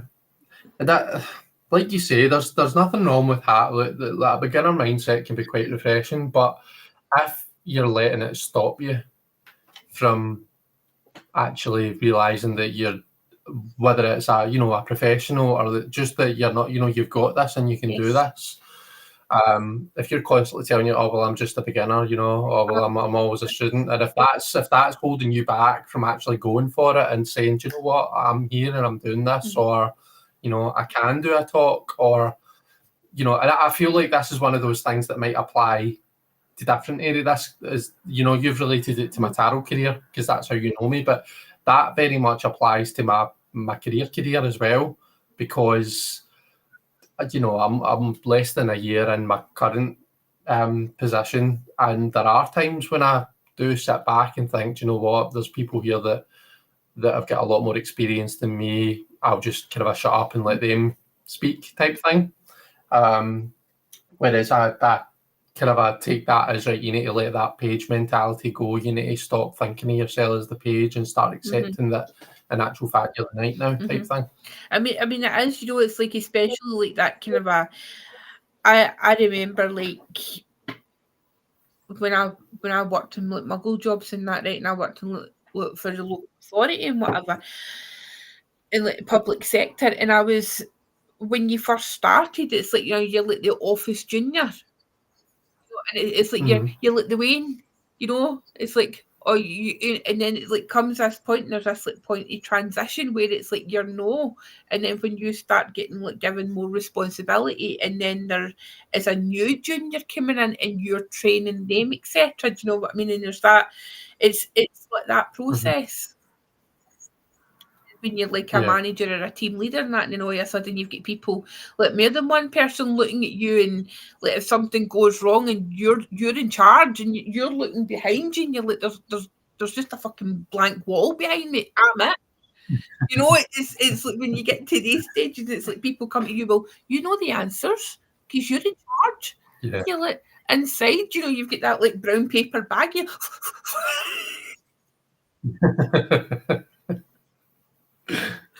But it's like shed the page. Thank you. That's what to do. Scott says, I didn't even know there was a light worker version. Yet another deck on the list. Right, Verdiad's got strength. Ooh. So strength is something to shed, to release. I get that. Interesting. We'll get me going then. So what I would say is, when you're hyper independent, if you're hyper independent, right, and it's very much that internal strength, and that not even necessarily physical strength, right? And there's this kind of a sometimes confusion between, oh well, I need to be strong, and being strong is fixing myself and holding myself together, and like maybe just letting go of that attitude, and realizing that there's strength in being vulnerable. Yeah. Perhaps. Definitely. And I feel like I really need to be careful with people, because I could be like right on the money and I'm just like saying blah blah blah blah blah. Yeah. Oh, don't worry. I'm sure Ferdiad will appreciate it. Tony's got the Wheel of Fortune for the second card. So for me, the Wheel of Fortune, it's like the stuff that's just not, we don't have any control over. Do you know what I mean? It's like luck and fortune, and the stuff that happens just because it's the chaotic nature of life. So maybe it's a kind of a need to feel like you're in control of things. Do you know what I mean? Some days we find it hard to accept the things that we can't control. We try and kind of get all our ducks in a row, even when the ducks don't want to be in a row. And sometimes we just need to wrap that a wee bit. Do you know what I mean? We need to kind of realise that, not like, if we spend loads of our energy trying to control the things that can't be controlled, then that doesn't leave us much left to control the things that we do have control over. And we can actually kind of let things, go by the wayside that really we ought to be paying attention to, because we're trying to, I don't know, I'm trying to think of an example of what I'm talking about, but I'm sure you know what I mean. But that's maybe how I would see that. There's also a kind of an idea coming through that maybe the Wheel of Fortune, almost like that that manifesting idea. Oh God, it's another word that's been bastardized with the fucking love and light community. Sorry. Sorry. Can't help it. You know the risk when you have me on your channel. People should know by now the risk that they run with inviting me to anything. It's for me, it's like that. Oh well, if I just write it down in a journal, and if I just write it down, then it'll happen. So maybe there's that aspect here, kind of letting that go, that thought process, where it's like, well, actually, yeah, you can be lucky, and the Wheel of Fortune can be lucky, but sometimes we need to make our own luck. So we need to take, we need to say yes to opportunities that will eventually lead to the path that we're looking for. Yeah, we need to put in the work, don't we? We can't just expect the Wheel of Fortune to be in our favour all the time. If we want to manifest, then we need to actually put in the work to manifest. No, that's that rings true. Sorry, Tony. I'll pass your arse to start one.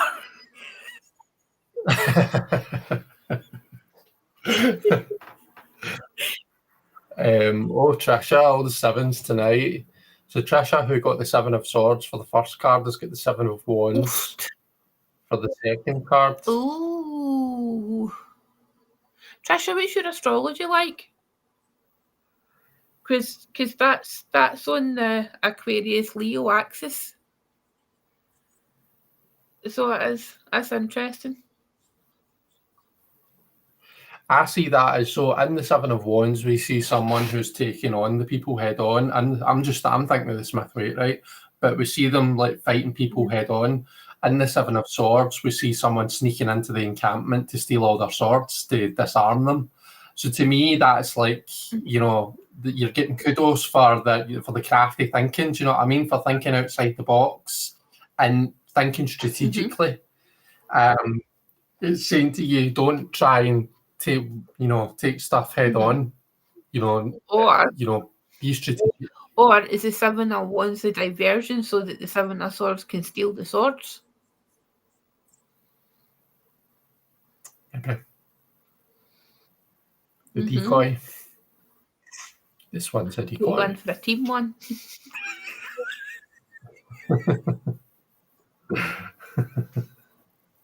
Stop it. It's been until the 4th of November. Fuck. 9 of Pentacles for Scott. Probably need to let go of the hyper independence. Yes, Scott, more than likely, but you know what? Don't worry. The best people are hyper independent. I think I ended up shit motherfucking Kickstarters myself. I don't need any help. I can do this myself. Oh, Trisha, you're a Taurus, right? Okay, so they 2 cards are squaring you. Marita I've got 3 cards from my second. Oh. I think Marita. Marita's got the 3 of Cups, the 7 of Swords, and the Star. Friends that steal my shine. Maybe. No. If there's a conversation that's taking place with your friends about anything to do with Aquarius nature things, so any internet things, what's going on with your internet, Marita? Your technology right now? Did friends give you something, or do you need to let go of? Do you need to return a friend's electronic equipment?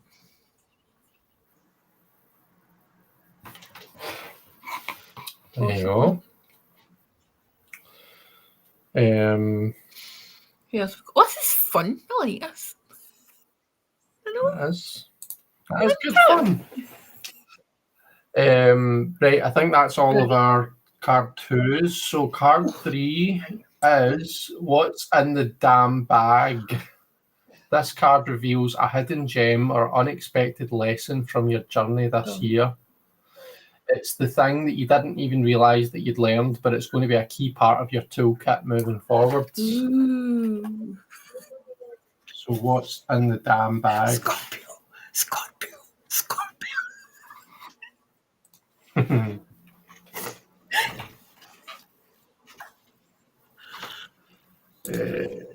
Just popping it in the chat. So Marion, you've got the Four of Swords. Oh, fuck off.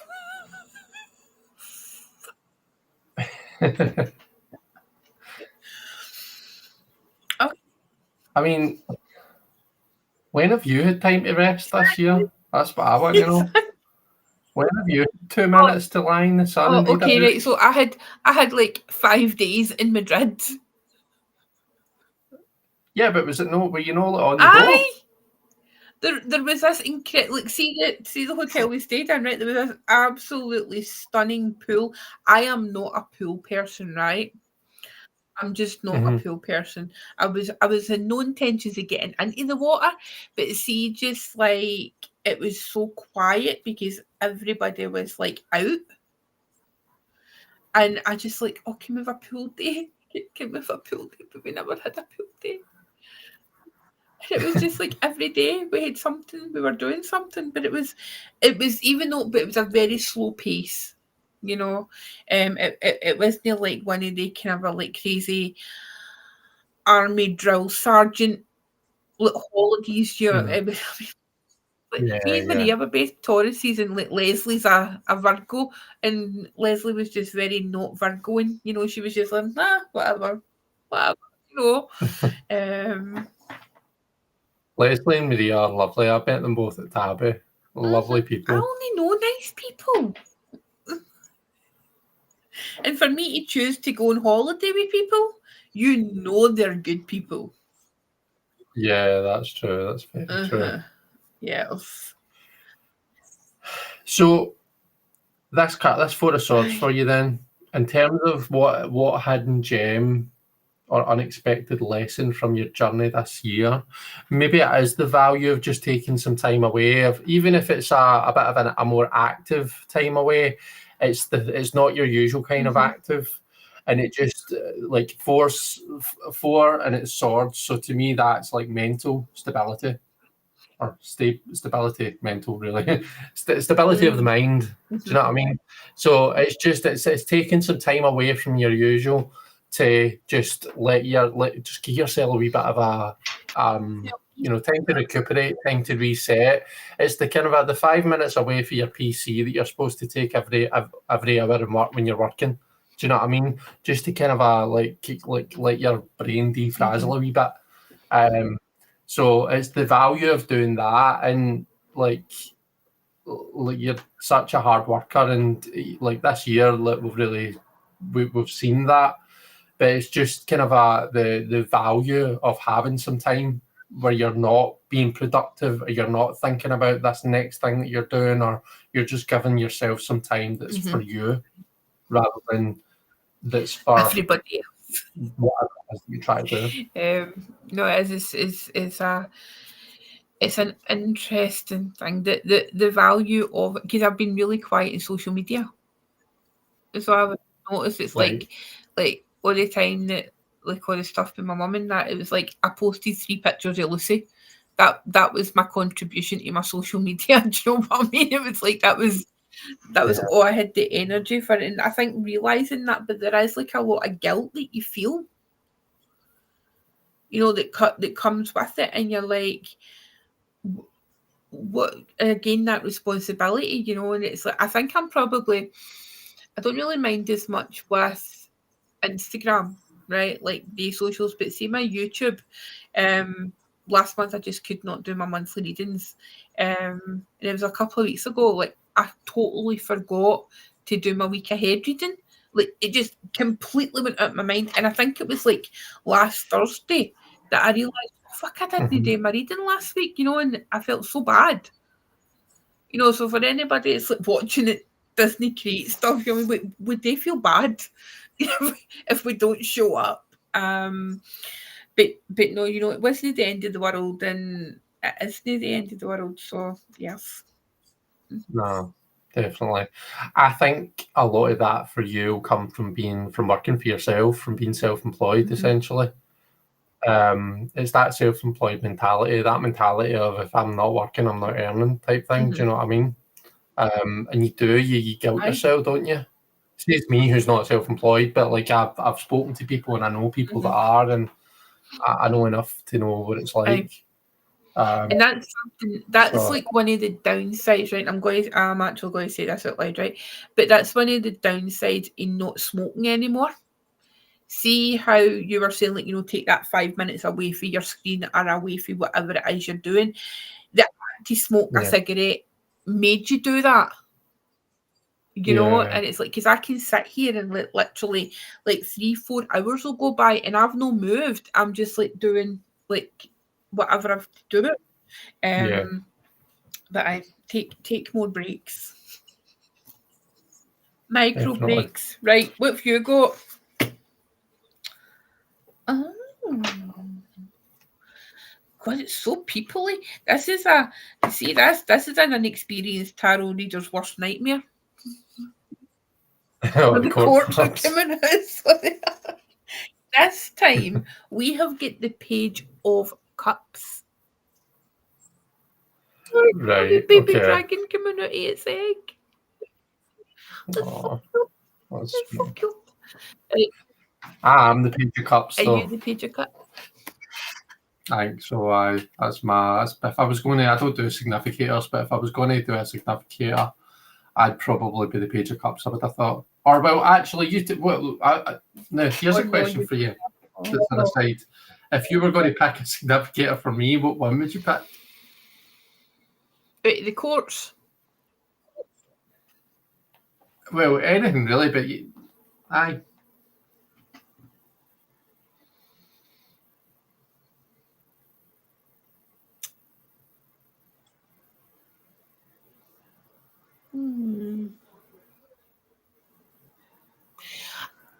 I'd have you as a hybrid. Oh. Mm-hmm. I'd have you as a hybrid of the King of Cups and the Queen of Pentacles. Interesting. Two cards that I do very much like. King of Cups and Queen of Pentacles. Interesting. Well, so there's me thinking I'm the Page. I need to get out of that Page mentality. There you go. There you go.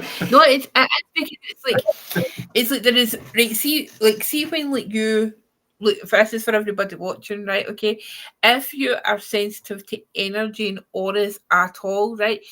I'm used to Chris's energy now, right? But see, the first time, right, you meet Chris's energy literally just like woofed. It just hits you. And it's that intensity. It's like I get 3 fixed signs as these big 3, but it's a Scorpio. It was like I'll never forget that day because like in the Witchy Bazaar, because Sarah was like, she still talks to me, but I don't remember that time with Chris. I won't remember you to shut up. Because you were just walking towards me, and I was like, I know him. How do I know him? And I knew your face. And I knew your face for YouTube, obviously, because I would watch you. And I'm like, I'm having this absolute brain freeze. I'm like, fuck, he's tall, he's got dark hair. Fuck, is that an ex? Is that somebody that I had a thing with? Oh, fuck, hell, do you know what I mean? Honestly, and I was having this absolute fucking meltdown, and you're walking towards me and Sarah's tables, and I'm like, oh, fuck, and you're just like, hi, and I'm like, hi, and I'm like, and I think I just like pointed in your face, I was like, oh, YouTube! I don't. But Chris has got this really intense Scorpio energy. But then there's also this kind of an undercurrent, solid dependability, but wrapped up in this kind of nurturing thing, so it's no the Queen of Cups, it's no emotional, there's just this like kind of a steadfastness. Well, are you going to start crying now? I'll not start crying now because I'm the King of Cups and I've got my emotions under control. But that is really nice. That's actually one of the sweetest things you could have said. So this page of cups mentality, right? This is like, you know that you can drop into this if you need to. You know, and maybe there is like there's been significant emotional challenges for you this year, you know, over the last wee while. And the page coming up just shows that, do you know what? You don't have to be a grown up all the time when it comes to your emotions. Right. I know we laugh and joke in that, etc. But I think that's something that's really important to remember and just kind of keep it like in your handbag or in your back pocket. Do you know what I mean? Just to give yourself grace. Sometimes, do you know what I mean? But don't drop into it now because I'm not having you greeting on me. No, don't worry. Don't worry. Like you say, I have been through some stuff this year, and it's. I think the more you get through, the more in control you get of that side of yourself, and I feel like I'm quite good at when I need to be. I can be dependable, and I can put on a brave face, and I can save my emotions for later. Almost, do you know what I mean? I feel really icky saying that. It actually feels horrible saying that. Is that a bad thing? Is that quite false? No, it's not, because it's like there's something that, and this is something that I found, like obviously doing the deck, where there's people who are very performative, and grief is no exception. You know, I'm sure we've all been to a funeral where you've got somebody up the back weeping and wailing like a hired actor, you know, to be dramatic and mourning, like roaring greet. And, you know, everybody can cry, or everybody can release emotion whatever way they want. But I think that there's a level of decorum that is sometimes missing. You know, and I think that knowing that there's a time and a place, and also as well, you know, it's like, you know, I've got a really good friend, and they were criticised publicly for not being sad enough. Like they're in like the wider metaphysical community, industry, as I like to call it, and they were criticised because it was perceived that they were being too happy online. They were appearing too happy, and they were appearing as if like they didn't care about the loss that they had experienced.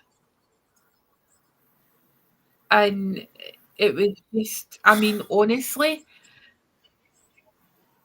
you know, I think if someone finds themselves in a position where you're telling someone how they should be dealing with their own loss, then you need to take a long, hard look at yourself. Exactly. Do you know what I mean? It's because, I mean, it's just like, but it is, I mean, we've all experienced it where like keyboard warriors are people who, because we put ourselves out there with how we create things, it's like, and this goes like way up to like proper famous people. Do you know what I mean? It's like, at the end of the day, we're all just human beings. You know, we're all human trying to do the best that we can. And it's no, our personal life is our personal life. You know, and it's something that we're all allowed to, we should all be allowed to experience privately, you know, because you're not publicly mourning all the time doesn't mean to say, you know, that you've forgot about the person, that maybe if you've lost a person or you've experienced some kind of trauma, you know, you don't have to live in that energy, and it's perfectly natural and it's part of the process. You know, I'll always remember, you know, like the first time I remember like really genuinely laughing and crying with laughter as opposed to crying for sadness, like after my sister passed away. And I remember just thinking to myself, like, oh wow, that was oh, I'm crying no because I'm sad, I'm crying because I'm like really laughing hard at something. Yeah. You know, and you don't have to explain yourself to people, but I think this like kind of a, because you're on social media, it's like people feel this entitlement to you. Yeah. But with you have got that ability to differentiate the situations that you're in. You know, and it's not that it's not appropriate to burst into tears, right? Well, I mean, quite frankly, most of the time I'd be horrified if somebody was women. I've got a really funny story, but I need to tell you off camera about that. Into tears, being dramatic. It wasn't me for a change. But no, I think like this card is just indicating that, you know, it's okay to have a tantrum now and then because it's no fair. Good. Because I like a wee tantrum. I'm much more of a have a tantrum and get it out the way and that's it done and dusted than I'm going to sit and be huffy. I'm not really a huffy person. I'm definitely more of a, it's the Mars Scorpio, the Mars and the Scorpio in me. Do you know what I mean? Your placement? Is your placement Mars? No, sorry, I beg your pardon. I'm just thinking of Mars being the ruler of Scorpio. But no, Mars is in Aries for me, actually. 0 degrees of Aries. It's right at the start. Oh, so your Mars conjoins my moon. Because I've got 0 degrees moon in Aries. Oh, okay. Right. Let's see. That's why we got on so well. That's it.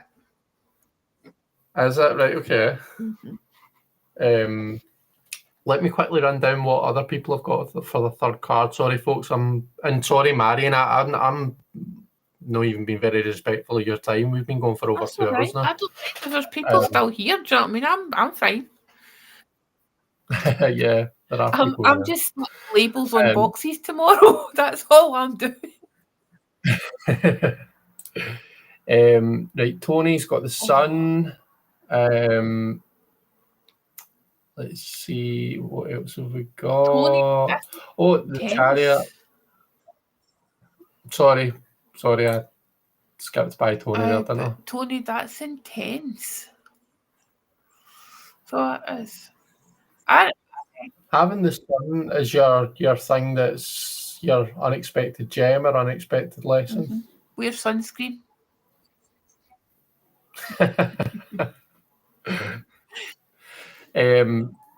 Ferdiad's got all majors. Ferdiad's got the chariot. Fuck's sake, Ferdiad, what are you all about?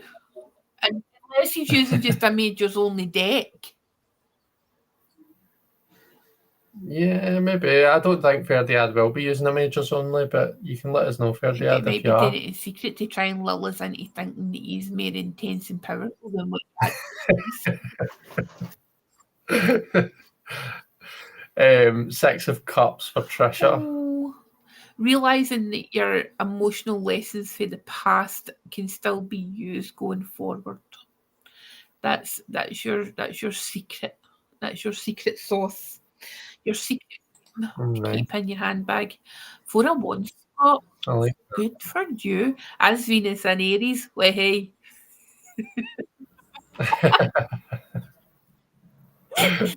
Audio books. Saucy audio books. It puts that wee twinkle in his eye when he's walking down the high street. Page of Wands for Marita. Ideas. I always think of ideas when I see the Page of Wands. So I do. Like the kind of the inspiration, the having all the new ideas sparked. So yeah. Oh, Ferdiad says not using the Mericai, but it has been quite the year. Is that how you say it, Mericai? Well, that's how I say it, but no, I think I might be wrong in that. I've heard people say Meraki, and I've heard different ways of saying it, to be honest. But I've always saw Mericai, and that's how I've always said it. Scottish. As one of my favourite emojis. It covers so many things. Is there's someone in my work who uses it's not the tongue one, it's just the winking face emoji all the time. Irritates the absolute shit out of me, so it does. Yeah, I just find it dead passive aggressive. Really? Like, you might want to try this. But it's like that. Yeah, it's basically they use it all the time. They use it as though it's a full stop. They use it after everything, but after a while, it just gets a wee bit like, gosh, fucking stop using that. Like, pick a different emoji. But then I can't see it because I probably overused the smiley face one, like just the normal one. So people are probably thinking the same thing about me. Okay, so I have the winky smiley face, I have the winky with a tongue, and I have the wee smiley devil. That's probably my three most The smiley devil. Is that because you're a horny bitch? That's what that devil means. I beg your finest pardon.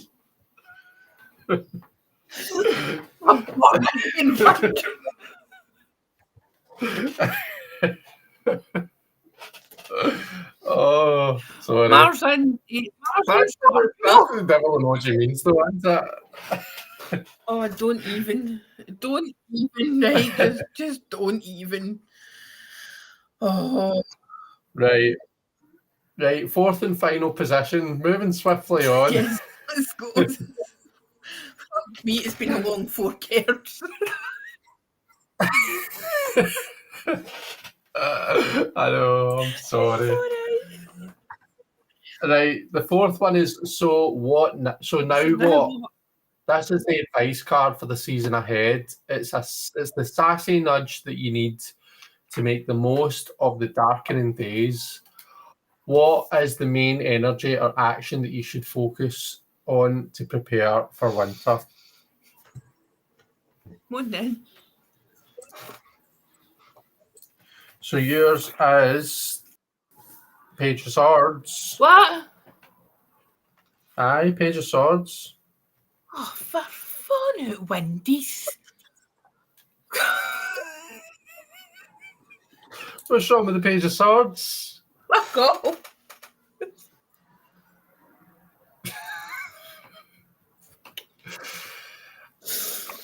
Right. Right one. Oh Yoda. Oh wise one.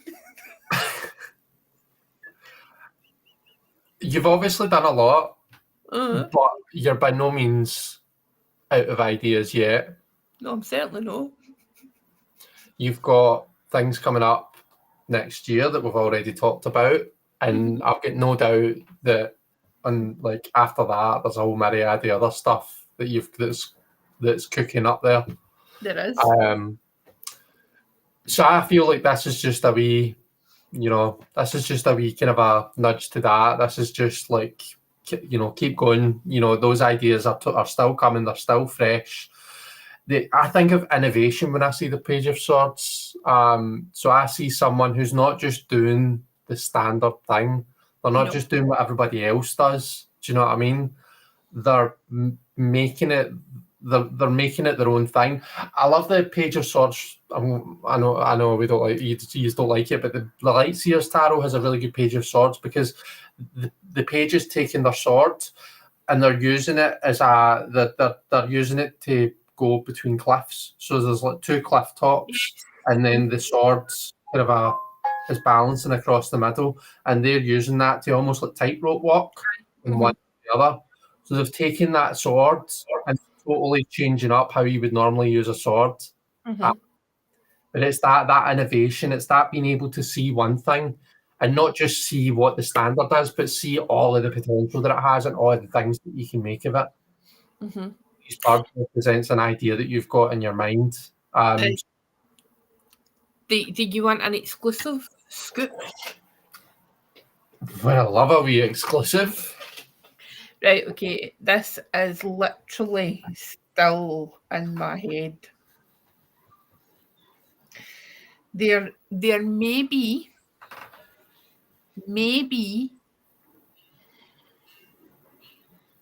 a Yes. potential Uh-huh. other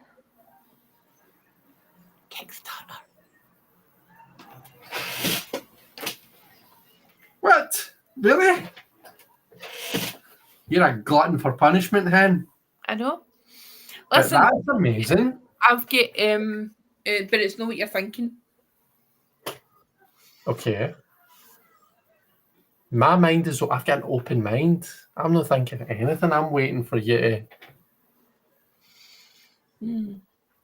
So, can you tell us more, or is that all we're getting? I You can't. can't. Can you tell us what? Oh no!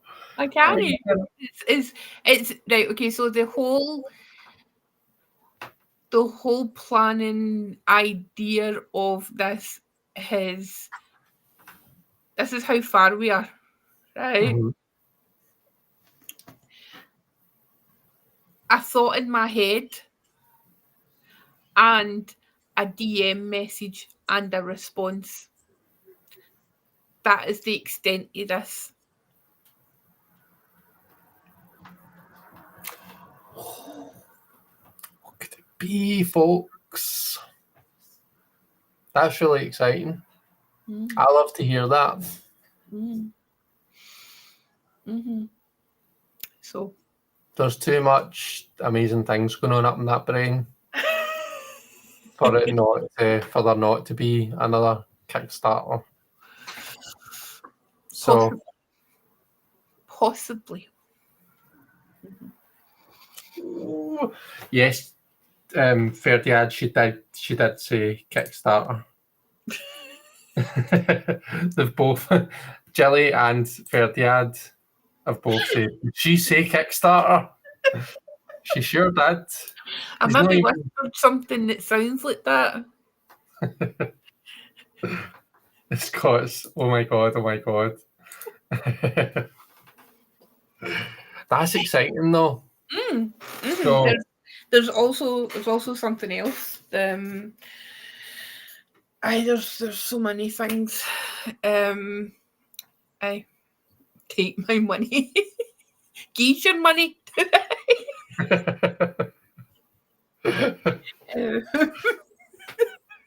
There is there's a few things. There's a couple of things in the back burner as well that are quietly bubbling away. That are just a vague idea, but I think there's things that what's been really interesting this year is like I've been desperately trying to do something mm-hmm. in my head.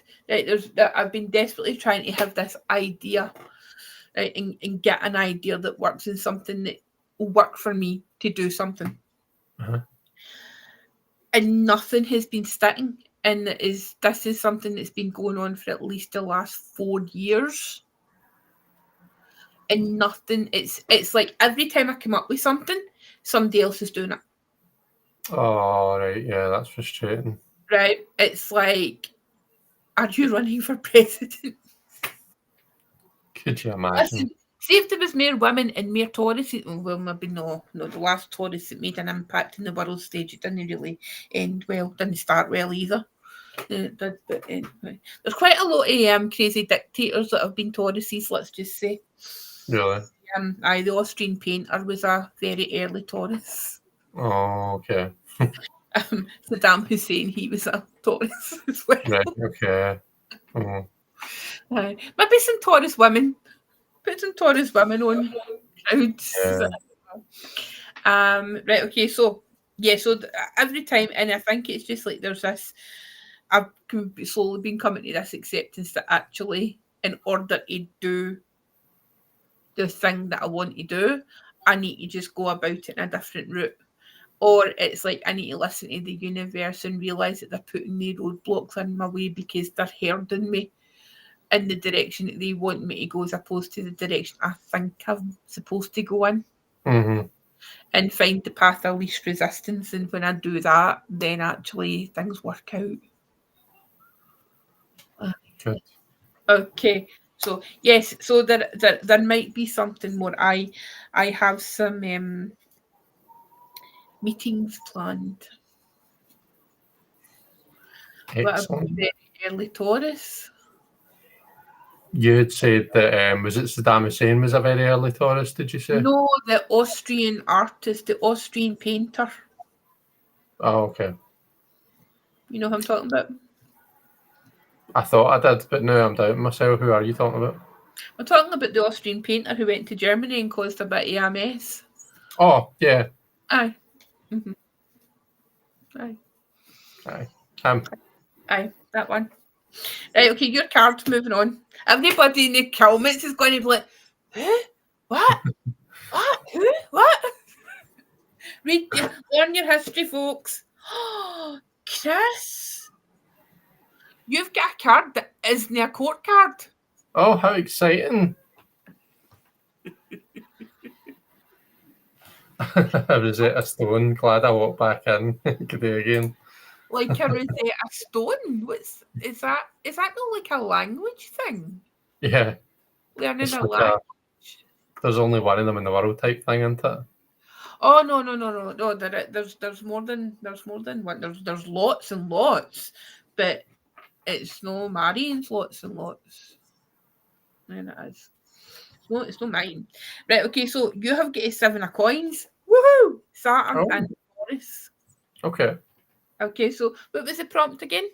This is the advice. This is now this is the advice card for the season ahead. It's the sassy nudge that you need to make the most of the darkening days. You have got the 7 of Pentacles, 7 of coins, right? Which is Saturn and Taurus, and it's my decking. So essentially, Chris, for the winter, you need me. Well, I mean that goes without saying though. You need me. No, in all seriousness, though, it's I think you need to remember that you are very much capable of hard work. And even though sometimes you need to face the disappointment of things not working out or things being harder than what you really truly deserve them to be, Mm-hmm. by the end of it, going through them, it's character building. Yeah. It's like what we used to say, like years ago when I worked in criminal justice, and snowflakes were the only time you heard the word snowflake was in December or January or February when we were falling for the sky. It was like one of them. It's like, is it bullying or is it character building? No, that's what it is. But I think it's like the hard stuff is shit, but the hard stuff is where we grow. As And knowing that and being aware of that, it doesn't make it feel any better at the time. But right, so to give you a positive example, right? I had an absolutely horrendous relationship, right? It was horrific. And it took me a long, long time to get over. But the techniques that I learned during that breakup were the same techniques that allowed me to successfully stop smoking. Right, okay. Okay? Yeah. So I went through this horrendous experience, but the healing process and I applied the same methods to stop smoking. And once I made that connection, once I like overlaid that and made the connection between certain parts, certain aspects of smoking to breaking up with somebody, it was like a switch. Yeah. So I was that whose fortunes read true, no pain, no gain. You just need to rocky your way through it. I can just hear that wee like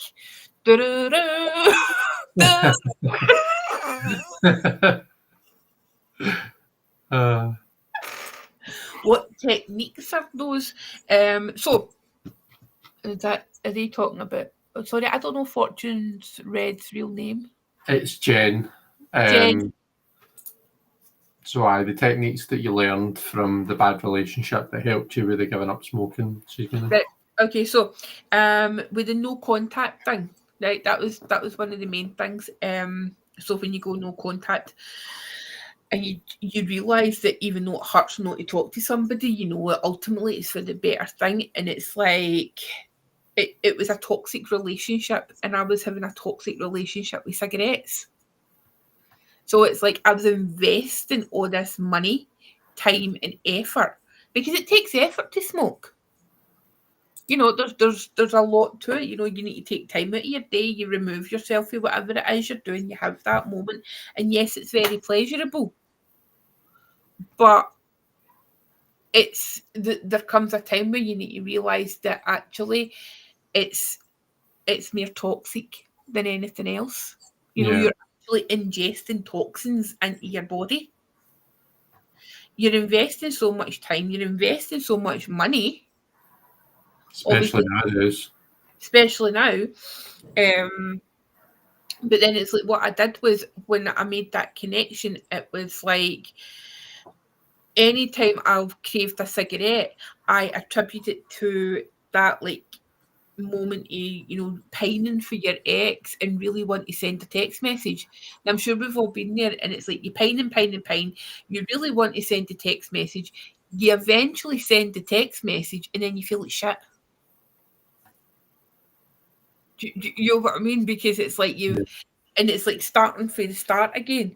So it was just different wee things like that. And how I describe smoking, I always say, like, I genuinely say to people, I love smoking because I still love smoking, right? Even though I don't do it, I'm an active passive smoker.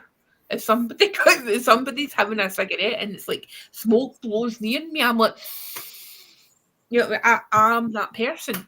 But I know that it isn't any good for me. You know, I know that it's bad for me. But that's the different things that you can do. Well, and it worked for me, but I think that if you're giving up anything, you need to find what works for you, and don't like be hard on yourself. You know, it's just I'm a Taurus, so I'm like extremely stubborn. And once I decided I was doing it, then I was doing it. You know, there was no room for failure, but that's just me. You know, but as for you, you just need to realise that shit's hard, but it's character building. And see, the thing is, see when you choose to be, or the choice is made for you to be a tarot reader. Tarot readers don't have easy lives.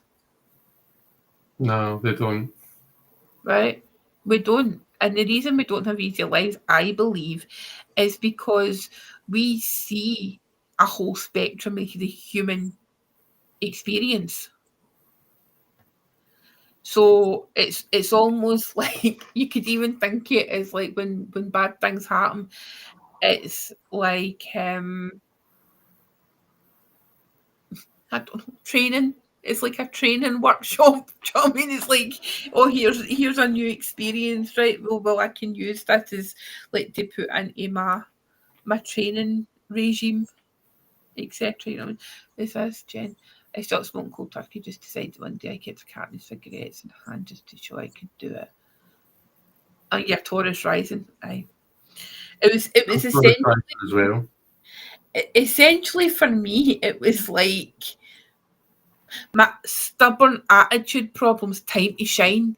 My whole life had been criticised and I had been penalised for it, but here was its moment to fucking shine. Oh, good for you. It's good that you can do that, though. That you were able to recognise that and channel that in yourself. I mean, I've cracked all my teeth. Say that again, sorry. I was coughing away. I've cracked all my teeth with clenching my jaw that tight, you know, because I'm so stressed and I don't have an outlet. Yeah. You know, but will we do an extra card? Will we see what our shadow card was? We can. Give me 2 wee seconds. Let me just look and see what other people pulled as their fourth card. Oh, sorry. No, you're fine. So Tony got the Hermit. So that's quite a lot of majors for Tony. So it is. So the Hermit is your going forward card. So it feels like maybe going forward, your advice is to look at where you've come from. I always see the Hermit in contract compare it with a Fool, because they're both kind of a that up in a mountain. They're both looking in the same direction. Whereas the Hermit feels like he's kind of a looking back on his journey since he was the Fool. He's looking back at that half of his journey so far.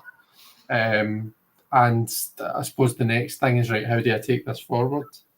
So the advice for you is look at how far you've come and give yourself credit for everything you've done so far this year, or whatever it might be.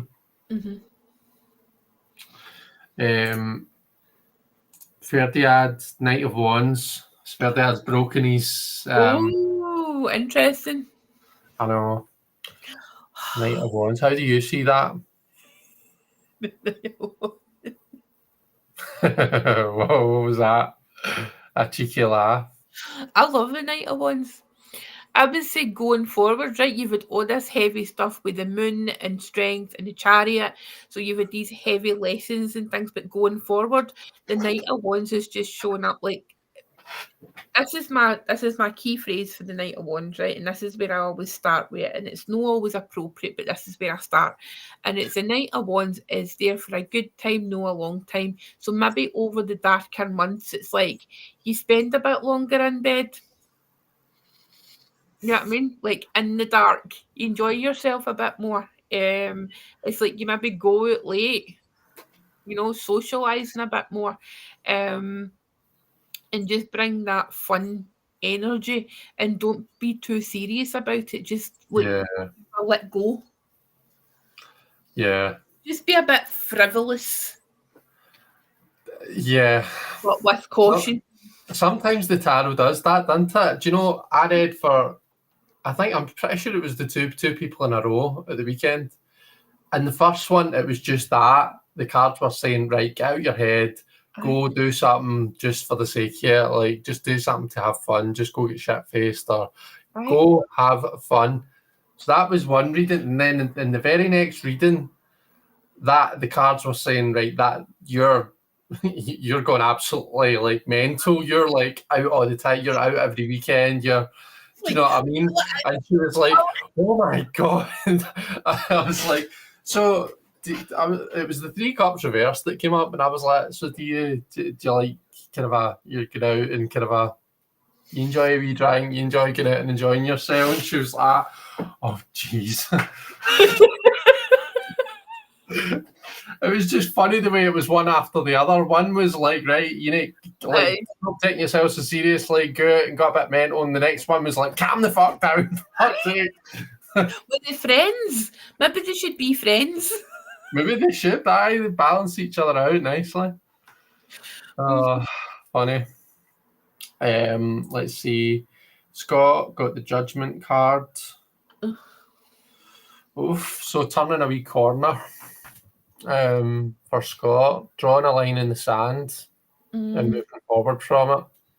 So you can take the lessons that you've learned forward, but you need to let go of all of the kind of you need to deal with the stuff, deal with the shit. The difference between the kind of the I suppose the distinction between the sun and Judgment and then the world is like the sun, joy, happiness, like who doesn't want that? But when we're in that sun phase, we can kind of get away with no really dealing with some of the shit. We can kind of get away with still having a wee bit of baggage that we don't quite deal with, whereas Judgment blows that right out of the water. That's wide open. So that's what I would say is like kind of coming into those winter months for you, Scott. You might find yourself just kind of processing and dealing with stuff, but it's good because it then lets you kind of move on from that. Move on with like whatever it is, a clear conscience, or just you don't need to kind of worry about that anymore. Find yourself like waking up during the night and thinking about like that awful conversation for 5 years ago, because you'll have processed it, you'll have dealt with it, you'll have accepted it and moved on from it. Do you know what I mean? I think there's also like a kind of purging energy with Judgment. Yeah. there's like, especially like with the kind of a Pluto aspect and connection to it, and plus it's just before the world, right? So it's like it's the purging of whatever has gone on up until this point. You know, if there's still, as you said, if there's still things that you're hanging on to. But I think also what is coming through quite like strongly for me with you, Scott, is it's other people's opinions. You know, that it's this kind of a feeling that you need to, if somebody maybe said to you, like say 6 months ago or something about I don't know, like a pair of shoes or something that you were wearing or something, and I'm like, oh, did you buy that? All right. Or however somebody or something made you feel. It's like for you, it's maybe had like a really big effect on you, but in actual fact, to that person, it was just a Tuesday.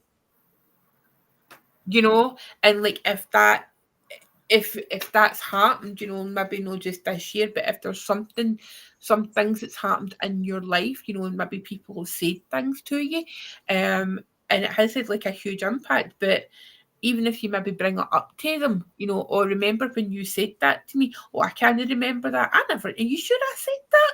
You know, and they're completely unaware because to them it was just a Tuesday, but you could have spent 10 years tying yourself up in knots about this. You know, Yeah. so it's like that's the stuff like you need to purge, you know, and going forward. And I think especially like with Pluto and the connection to judgment, and then like Pluto being a modern ruler of Scorpio, we've got Scorpio season coming up, and just really using that time just to get rid of the icky stuff. Just, you know, it's like we don't have to hide for the dark. We can sit in the dark, but we don't have to be surrounded by other people's crap as well. So there you go. Well, I get a bit deep into it. It did, but we love it. We're here for it. Four of Cups for Trisha. So 7 of Swords, 7 of Wands, 6 of Cups, and 4 of Cups. So 7 of 7, then a cup, then a cup. I think that's like really. You know what Trisha said that she was earlier? She said that she was a Taurus. And I call one of the things I see for the 4 of Cups is the huff card. You're in a huff. Do you know what I mean? It's like, fuck off, everybody. I'm just going to stare at these 3 cups. I'm not interested. Don't just take that away. Go away. Go away. So that's what I kind of feel like.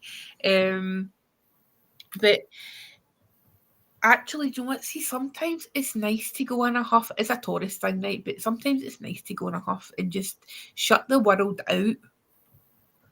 And maybe that's what you need to remember going forward, you know. That Yeah. you know, sometimes don't listen to all the psychologists say, oh, well, it's really not healthy to be in a huff because you have to communicate. No, you don't. Today, anything. All right. So that's what I would suggest. And if there is anybody going in huffs for you, just leave them. You know, they'll come out it the same way as they went in it. That pandering to people, nah, we don't do pandering. No, we certainly don't. I think as well, see, because she got those 2 7s to start off with, like, that's dead intense, isn't it? Like, that's like lots happening, no matter what, whether it's the sword one or the wand one, there's lots to deal with, there's lots going on. So you're right, sometimes we do just need to have those moments, and maybe it is that you're in a huff, or maybe it is that you're just saying, do you know what, I see that other cup, I don't want it. Do you know what I mean? There will be lots of people that will look at the 4 of Cups and tell you, "Oh, you're missing an opportunity," or you know, you're being moody and you're not seeing what the opportunities life is presenting. But sometimes it's not about that. Sometimes it's like you can see that there's an opportunity there, but you're like, well, I'm just done dealing with 7 swords and 7 wands, so no, I'm fine for now, thanks. Just leave me under my tree. I'm fine with the 3 cups that I've got.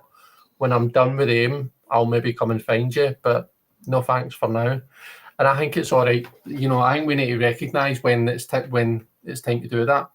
We don't say yes to every opportunity. Yeah. You know, it's like that. I think there's, again, when we first start out, maybe in a new career or a new venture or something, like maybe if you're working for yourself or that, there's this like it's kind of a thing where it's like, oh well, I need to say yes to every opportunity, because if I don't, then I will need, you know, going back to that kind of self-employed thing, or try to make a good impression in a new company, or in like a new relationship or friendship or something. You know, you need to be constantly available, Mm. and it can sometimes show up as a lack of boundaries. Because if you're constantly available to somebody, then they just get used to you. You Yeah, know, it can be that as well. definitely. Marita, you've got the Ace of Cups. Oh, that's nice. See, the Page of Wands was your kind of a what's in the bag And then you had the. ideas, and then you've got the Ace of Cups as your advice card for going forward. Did Marita start off with the Emperor or the Empress? Emperor. Emperor. It was the Emperor, wasn't it? Yeah. Because I don't remember feeling the energy of the Empress about tonight. No, it was the Emperor. It was that kind of a, well, we kind of were talking about like kind of a just bringing structure. You said strategy, remember? You were talking about strategy. Mm-hmm. I think Ace of Cups, I don't know everybody reads it this way, but for me, Ace of Cups, it's the start of that kind of that emotional journey, and it has to start with yourself. You can't be looking after somebody else. You can't be loving somebody else. You can't be caring for somebody else if you don't show yourself that love, care, respect, whatever it might be. Mm-hmm. So it has to start with you. Your cup needs to be full to be able to kind of give to other people, you know. And if you don't remember to replenish your own cup, then you run out, you run dry, and you've got nothing left to give. So to me, it's an opportunity in like the darker months and these autumn months, Marita, to just a bit of self-care, a bit of self-love, and just taking a bit of time for yourself. Do you know what I mean? And you'll find that naturally makes you more open to these emotional connections that, you know, that we sometimes associate with the Ace of Cups. That's what I would see from that. I think with the Ace of Cups, like again, like, I mean, it's been pretty intense cards that has came up. But yeah, there's that initiatory thing. But again, it's like just sitting and being present with our emotions, you know, and even introducing ourselves. Remember, it's like because it's an ace, it's like an initiatory energy. So is it like, have you maybe been doing some kind of work? You know, maybe there has been like some, like everybody talks about, oh well, we need to do some shadow work, or we need to do this, we need to do that. And like if you're lucky, you can get people who will teach you how to do shadow work. But there's very few people who actually say, like, oh, and this is what you do once you've done the shadow work. And you've got this whole big chasm of emotions, and you don't know how to process them. You don't know how to sit with them. And I think that is one of the gifts of the Ace of Cups as well. It's learning and having that, giving ourselves that opportunity to know how we process the new emotions, or the emotions that we've rediscovered, or the circumstances that we've rediscovered that have caused a particular emotional response to ordinarily happen. Then it's giving ourselves time, and it's nice that it's in the darker half of the year. Obviously, Marita, I don't know what yours is. She, I take it she's in the northern hemisphere. Yes. So if you have got that darker sense of the year, think it is planting seeds. You know, it's like that, giving yourself time to grow your emotions round about whatever it is that's been coming up. Lovely. Jen says Ferdiad is always fun. She's asking what was the Calm the F Down cards. Three of Cups reversed, wasn't it? Three of Cups reverse was kind of a like, right, this is where your head's at now. And then it was just like, it felt like it was a Celtic cross. I always do a Celtic cross, and then the kind of a left half of the cross, it was like everything was like felt really intense, and it felt like the crossing cards were like, right, you're in a place just now where lots is happening, and then it was moving into the Hierophant. It was like everything was felt so intense, and it's just moving into this place of like much more traditional, much more kind of a, like, as Kristen said last week, colouring inside the lines, doing things a bit more by the book. And it wasn't so much that there was a card that felt like she needed to stop. I mean, because like if someone wants to go and have a Three of Cups reverse moment, then I'm not going to turn around and tell them that they shouldn't be doing that. Do you know what I mean? I'm not there to judge anyone. But it was more that when you're like, right, I can see things are kind of coming to a much more kind of a more calm and collected place. She was like, well, I feel like I need that. And that was when it was like, right, okay, well, that's why it's coming up like that. I was kind of laughing there a wee bit at Trisha's comments. Just tell her Chris and Marion says it's okay. Yeah. Thank you both. My therapist won't be happy about the huff, but honestly, sometimes I like being in a bit of huff. You always say, Trisha, try and find out your therapist star sign or when their birthday is, because I had a therapist and I adored him so much, and but within the first month, I found out what star sign he was. And see, as soon as I found out what star sign he was, and when we came to the end of our therapy journey together, he said that he had a note, and he was like, it really amazed me. He goes, like, as soon as you found out that tiny piece of information about me, he's like, you switched. Okay. I goes, like, because I trusted you. I goes, like, and I knew you weren't some fucking greeting face water sign. Hey, I'm a greeting face water sign. Oh no, you're Scorpio. That's different. So it is. No. Just wanted to. So Scott says, "Thank you both. That makes so much sense." Oh yeah. Jen says, "Marion, you're so much fun. You're so fun. Thank you both. This was nice, even if I just caught the end. So thanks very much." I'm really good, Jen. I'm actually a door face. Bleep bleep bleep. That for me, Chris. She's great fun. Jen asked, "What sign was he, the therapist?" He was oh god.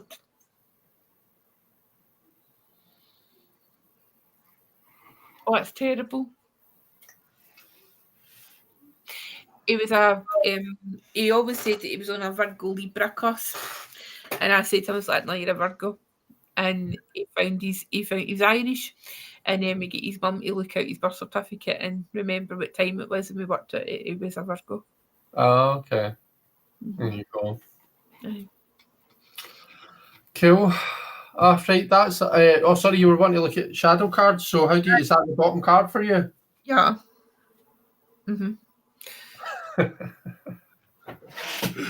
Well, what have I got? What you want to go first? I think I know, because I think I seen a wee peek there. Did you? What did you see? I think I seen Temperance. You sure did. Is it reversed though, or is it right way up? No, it's there's no reversals in this deck right now, so it's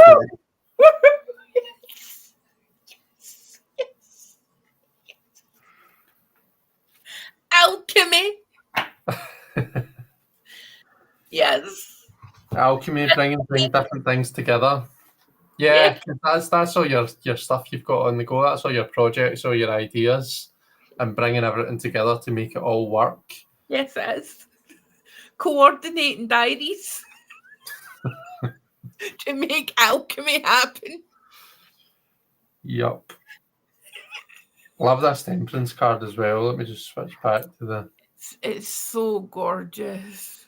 Yeah. So, see the Two of Wands? The Two of Wands in the deck, that was the first ever cover of the Esoterical magazine.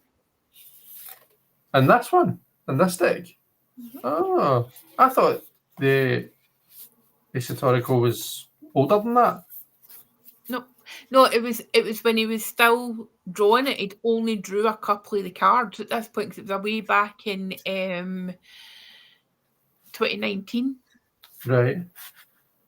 So 3 of Cups. So I'm just looking for it. No, it's the Two of Wands.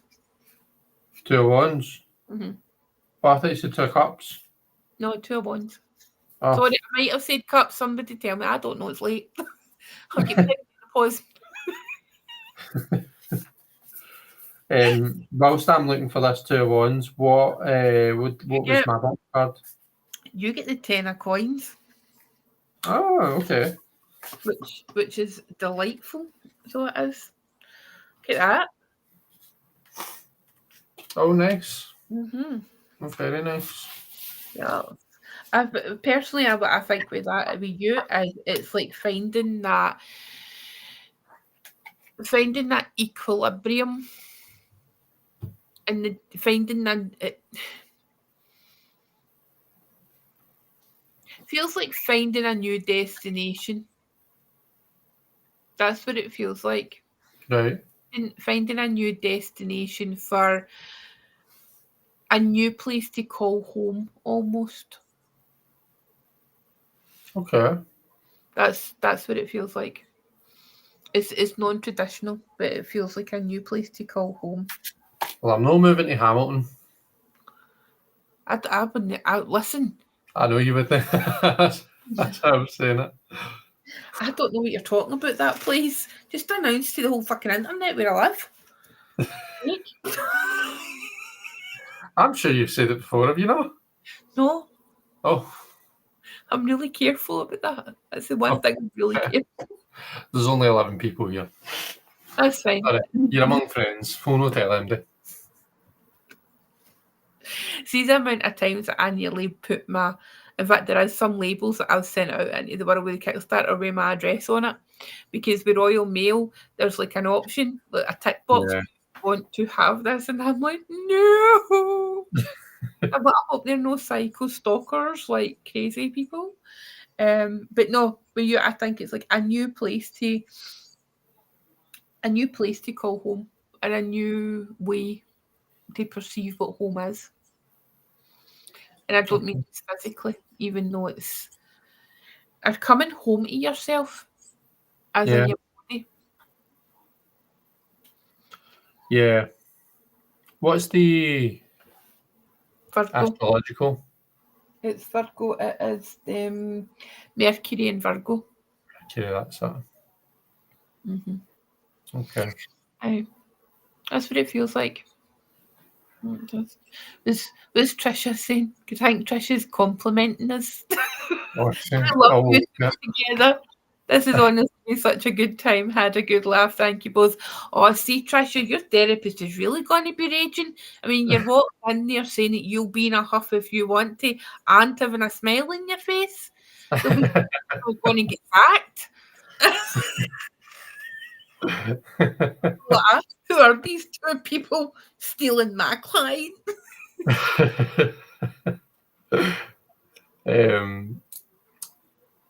Shadow card was the 9 of Pentacles for Trisha. I think it is actually that walking independently. That it's time to stand on your own 2 feet, Trisha. Just make sure that therapist is. I love therapy. I know that sounds really weird, and like most of my friends, like Scottish friends, apart from you, Chris. Kobe needs his last walk. But they think like, oh, Marion, do you really need to be so American? Bye, Scott. Love you. See you later. Like, no, say that. Like, do you really have to be so American? You and your therapist, and I was like, I love therapy. Why would you not want to go and pay somebody to talk about yourself? I mean, it's like, oh, but you. You don't want to do that. And they need to listen to you, and they need to pay attention. Yeah. True. Why would you not? Please do this again sometime. Oh, we will. We will, Jen. Don't worry. We will. We'll be a bit more. Give more notice. I know. We next time that can be our commitment. We'll make a point in getting something in the diary, and we'll actually say that we're going to do this, and not just string ourselves on you.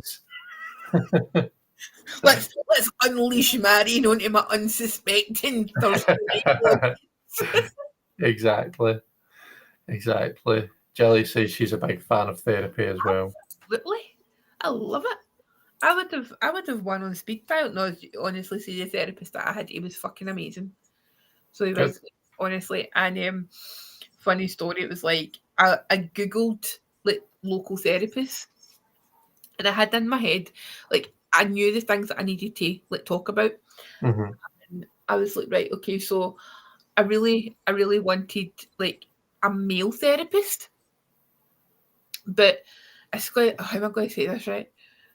I didn't want a straight man as a therapist, right? Essentially, right? That's essentially right. So I found this therapist, and I'm scrolling through the therapist, and there was a wishy-washy woman, and they were like, oh, in the wee profile pictures, right? On this like website that is like a kind of therapy directory, if you like, right? You had all these women like, with these wee simply smiles. I'm here to help you. You know, fuck off. You had you greeting.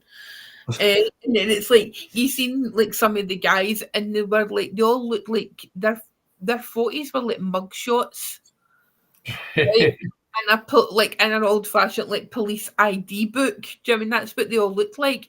And then I came across my therapist, and I was like, it's him. He's the Right. one. And like once we had kind of get into that, and he was like to me, he's like, Marion, you really are not my usual kind of client. Because I was like, he kind of a specialised like working with like young people and like who were having difficulty in that, like coming out the closet or, like going through really Right. hard Okay. that kind of thing, right? Yeah. And he was like, I mean, I'm not being funny at that, Marion, but you're not really my usual client. I was like, I know I'm too old, aren't I? I was like, and I'm a woman, and unfortunately, I like men, but at least we've got that in common,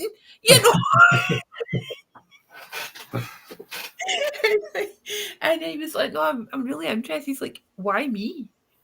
And I was like, is that not just a bit narcissistic? Why you? Well, do you want me to massage your ego? But what I said to him was, I was like, honestly, and I explained the reasons. I was like, I really needed to feel like I had to speak to a man. Because but I didn't want to speak to a straight man. And plus the fact it was like all the other people on that directory, I'm like, the men basically look like serial killers. They look like wanted pictures with serial killer FBI fucking dodgy. And he was pissing himself laughing. Unbeknownst to me, he's in a private WhatsApp group with the other people on that fucking website. At least tell them all. And he told them all. And they all went out and get new professional pictures took. Oh, well, you did the world a service then. Exactly. And then he said to me, he's like, see my colleagues. I'm like, hi. He's like, they've noticed an uptick in clients. I was like, funny that now they don't look like serial killers. It's like, just need to tell them to spray their room with it, or what was it? Use the wax melt, and then they'll be all sorted. Mercury retrograde, exactly.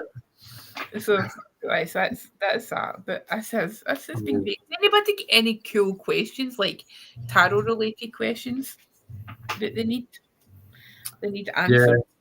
If anyone has anything, then pop it in the chat. Have you got anything, Marion, that you wanted to? You've told us about a couple of things, but have you got anything else coming up that you want to share with the people here?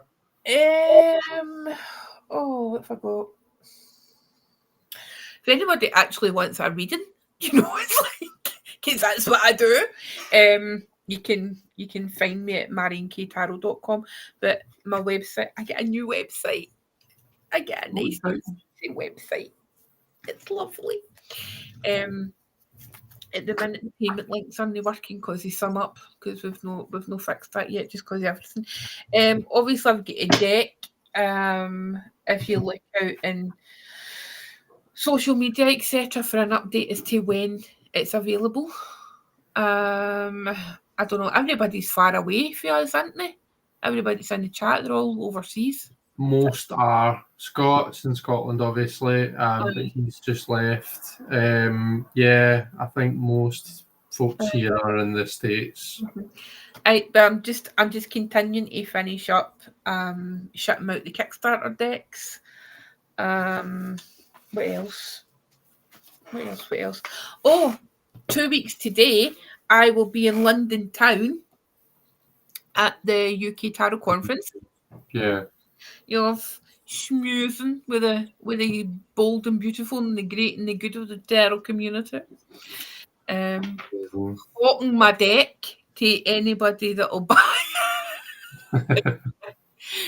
Yes, Trisha, I ship all over the place, and he told them. I told them all about serial killers. I told them. So yes, I ship to New Zealand. I ship to anywhere. I have had. Where's the most far flung destination I've had with this deck? Let me think.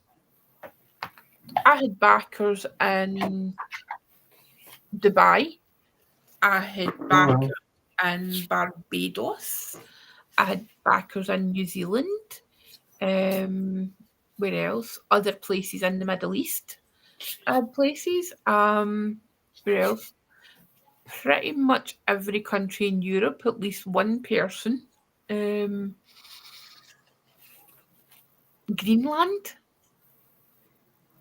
Had one to Greenland.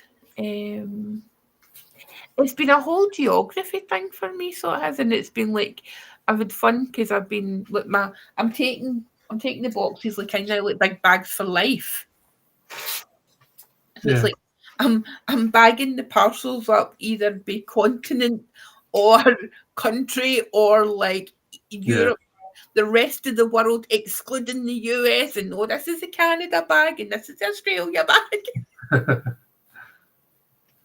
So, how are you doing? Do you need to hum for them at the post office to get them all posted, or I know that some people can get the postie to pick them up for their house? Well, okay, so because I am sending them tracked, you know, Royal Mail have introduced a 30 pence charge per label to get them picked up.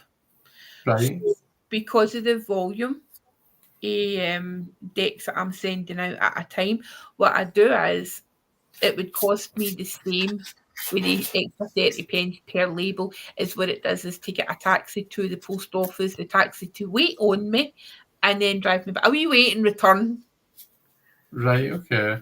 A wee wait and return taxi. That's what I've been doing. And because like my local taxi company, I know all the drivers. Right. So it's like they're like, where's Marion gone? Because Marion only does good hires. I'm known as Marion does good hires. I'll get a taxi into the haberdashery. You know, just like he because of like most days now, unfortunately, I'm in so much pain that I can't even fucking go and sit in the train. Yeah.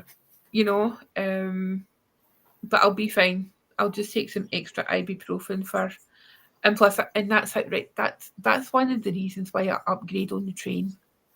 Right, I upgrade my seat because of the pain thing.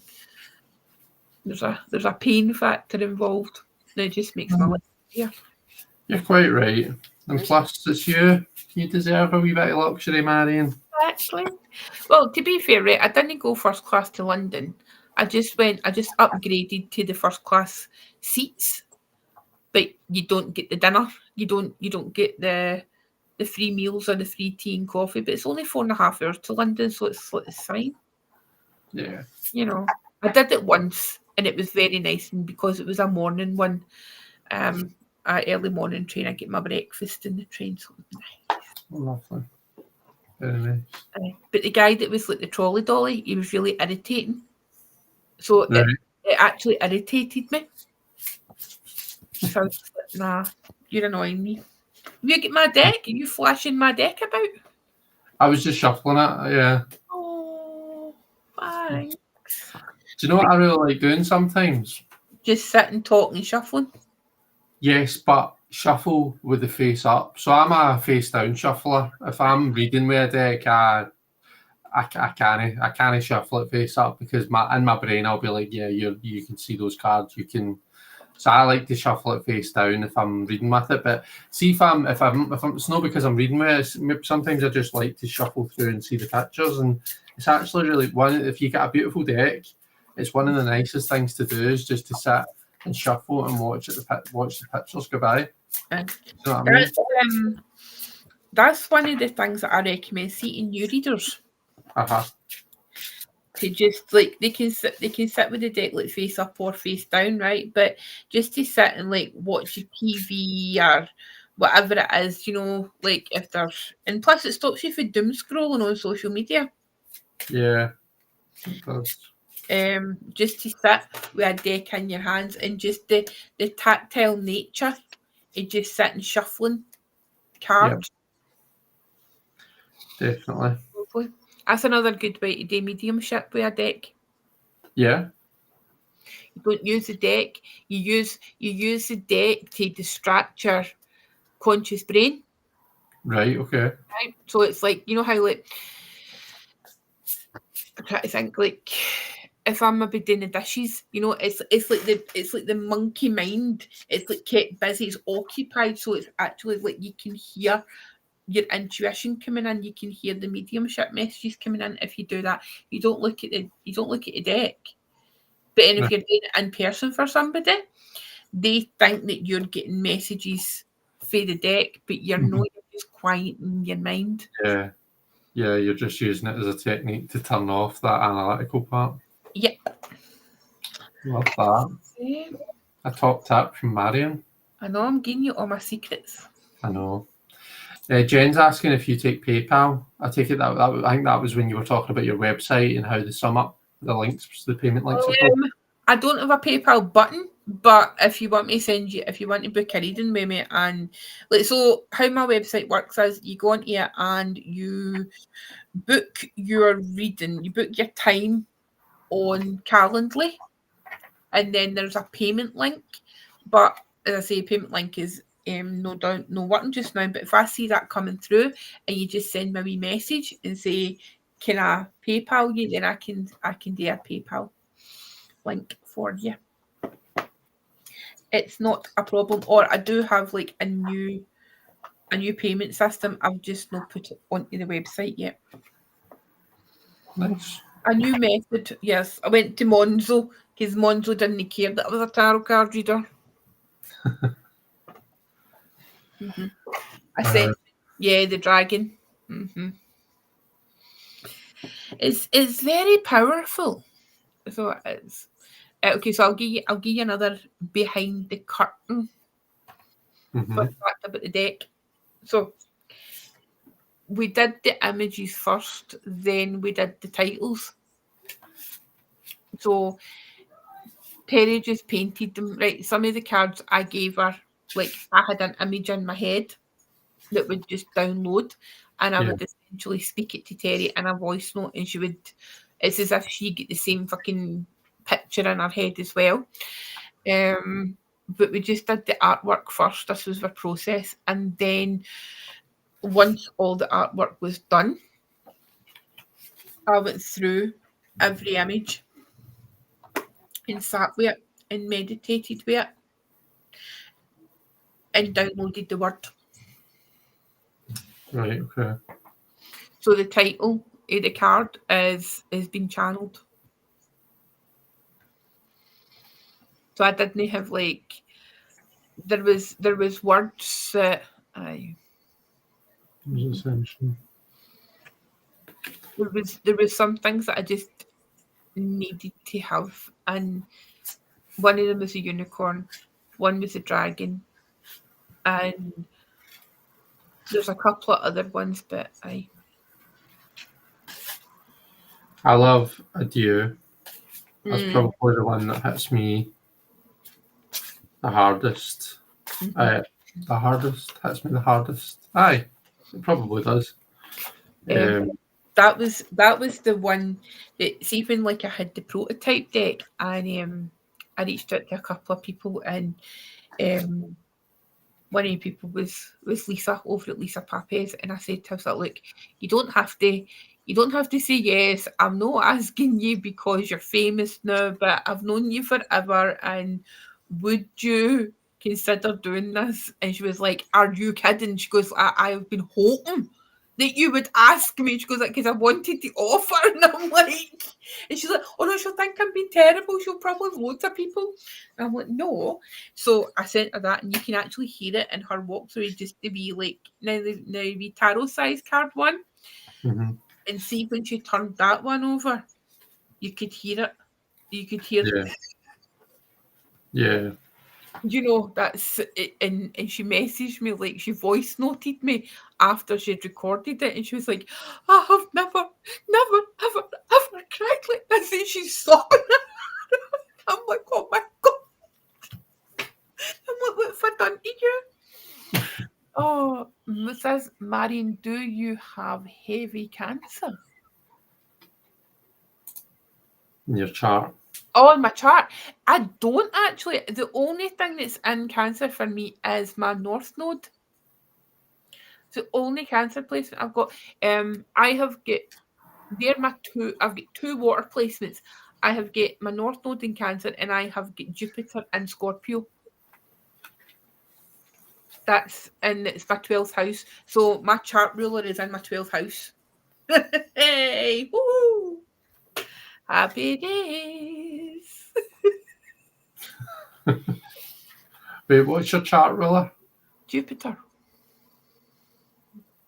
Is that because you're a Taurus?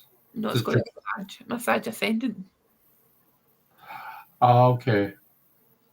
That's why So, I'm always happiest with a suitcase in my hand, going in. right, I've got you. Because so it's your chart ruler is what rules your ascendant sign. Yes. So for me, I'm a Taurus Venus. ascendant. So is that Venus? My Venus is in Libra. Which is exalted because Venus rules Libra and Taurus. There you So go. Venus and Libra is like where Venus shows her masculinity. Oh, okay. Because it's like, so what happens is, if you look at it, right, like, and we're talking about traditional planets, Mm-hmm. we're talking about traditional rulership, okay? So each planet rules two signs, and it's always like a male, masculine, feminine. So it is. So what's that? 12th house is Pisces. No, that's ABC astrology. That's alphabet astrology, darling. No, that's no. That's not that. Yeah, so when your chart really, right, so like Mars, for instance, right, Mars behaves very differently in Scorpio than what it does in Aries. So when Mars is in Aries, it's very combative, it's very forward. Yeah. It's like, right, let's start a riot. But when Mars is in Scorpio, it's very much like, let's go deep, you know, Yeah. let's just strategize it, you know, let's be sneaky. You know, it's like Mars in Scorpio is almost like a Cold War. Yeah. Do you know what I mean? Like that kind of. Yeah. I'm just going to make you think I'm going to attack, but you don't actually notice. It's no direct at all. It's far more subtle. Yeah. I know what you mean. This treasure. I've been trying to work out my birth chart, but I don't know which one to follow. Do you know which one by any chance? Placidus. Yeah.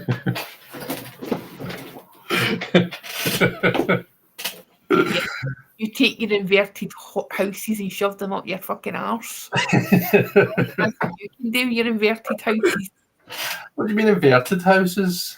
You don't even know what an inverted house is, and you say Placidus. I have no idea. No, I know that they're not. The houses are weird because they're not always the same size in Placidus, but I don't know what you mean by inverted. an inverted houses means that the house is so tiny that it is not present on the chart. Oh, okay. Okay. I don't have any inverted houses in my chart. No, you tend to find that people have inverted houses. See, the further away they are from the equator. So, like people who were born like maybe like up in Greenland or something, or somebody who was born like in Australia, or like right down at the poles as opposed to the equator. You find that in Placidus. Yeah. See, just because I don't use it doesn't mean to say I don't know it. Oh, you know tons more about it than me, even though you hate it.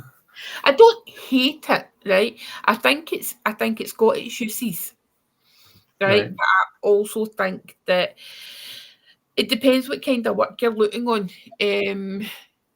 Eco house is easiest. It isn't. It isn't. Yeah, I mean eco whole house, right? Whole time. Whole sign, whole sign's easier. And it's more pleasing to look at. It's, in my opinion, it's more aesthetically pleasing to look at. Right now, see if I look at my chart in Placidus, I've got a much easier chart. So I have, it's like I've got like a fifth house sun and a seventh house sun. No. And Placidus, you know what I mean? My sixth house like sun disappears. All my hard sixth house shit just disappears. Right. But when you look at your life and the experiences that you've had in your life, and then you look at like different systems, you can see what one is most relevant to you. And it's just, I have really strong Mercury. I've got Mercury and Gemini, and I've got like OCD, and I cannot look. It's the irregularity. It's just I can't deal with it. Yeah. Neither I can. I'm not saying that I would not use it, but I'm a Hellenistic astrologer. I've spent the best part of fucking 3 grand studying with Hellenistic astrologers. Do you know what I mean? Like Yeah. well-known household name Hellenistic astrologers. So it's like it's just the system that works best for me. I'm not saying that there's a good one and a bad one. It's just it's like a tarot deck. It's like some people love the Waite Smith, other people love Thoth, and there's some people that don't believe anything's tarot unless it's a TDM. Yeah. That's what I say to people. It's that's what it's like. Yeah, and you need to find what works for you at the end of the day, don't you? Mm-hmm. If you, I'm going to be right. Okay, so here's another thing I'm working on. Right, this is on the to-do list. I am going to be running a little Zoom workshop on the very basic fundamentals of astrology. Sign me up. Mm-hmm. So, I mean, this is literally going to be like astrology for dummies. You should prime dummy. Sign me up.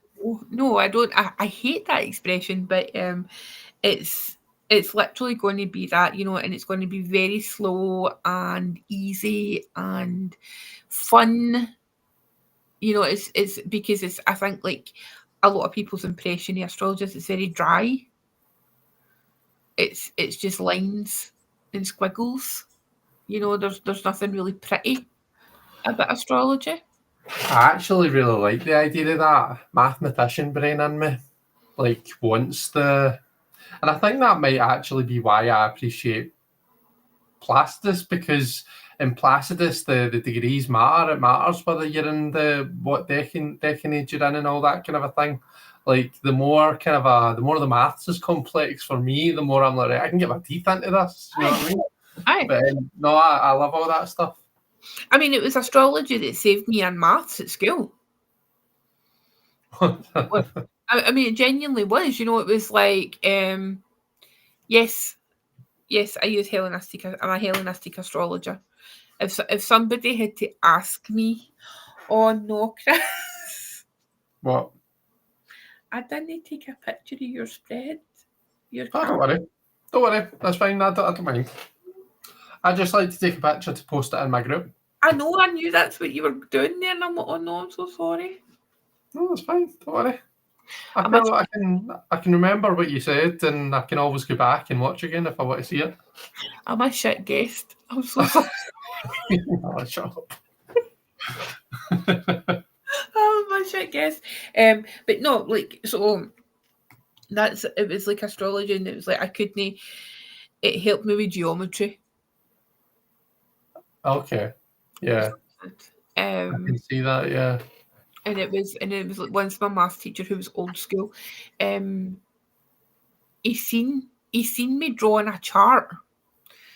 Because I had like my wee compass and everything, right? And then it was like we to do something, and I didn't know how to do what he was wanting us to do. So it was one of the few classes where I was allowed to sit up the back of the class. He hadn't realised that I had an attitude problem because I was good in his class because I respected him. And he came up one day and he's like, Marion, what are you doing? And I was like, um, uh, I'm practicing drawing charts. Because obviously back in the day in the 90s, you didn't have computer programs Yeah. that, that just like created a chart. You had to sit with like your compass and your freaking like half circle thing and like draw the lines and everything and draw the glyphs. And he's like, "It's astrology." And I was like, "Ah." And he was like, "So you like astrology?" I was like, "Mm-hmm." And he was like, "So you know that you need to know geometry to do astrology?" And I was like, the angles." He was like, "Uh-huh." I goes, "But I like my angles. I don't like the angles that you're talking about." Like, but it's the same thing. And I'm like, "No, it's not." And he was like, "It is." Like he used to like put like geometry problems up in the board, right? And he maybe be like, right, okay, so x equals y equals, and then for Marion, if x is a Gemini and y is a Sagittarius.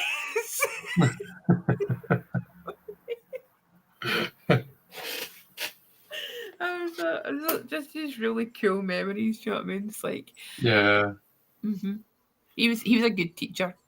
Everybody was terrified of him. He was one of the teachers that didn't shout. He was a quiet one that would come up really sinister and lean down and whisper in your ear and put the fear of God into you if Yeah. you bad.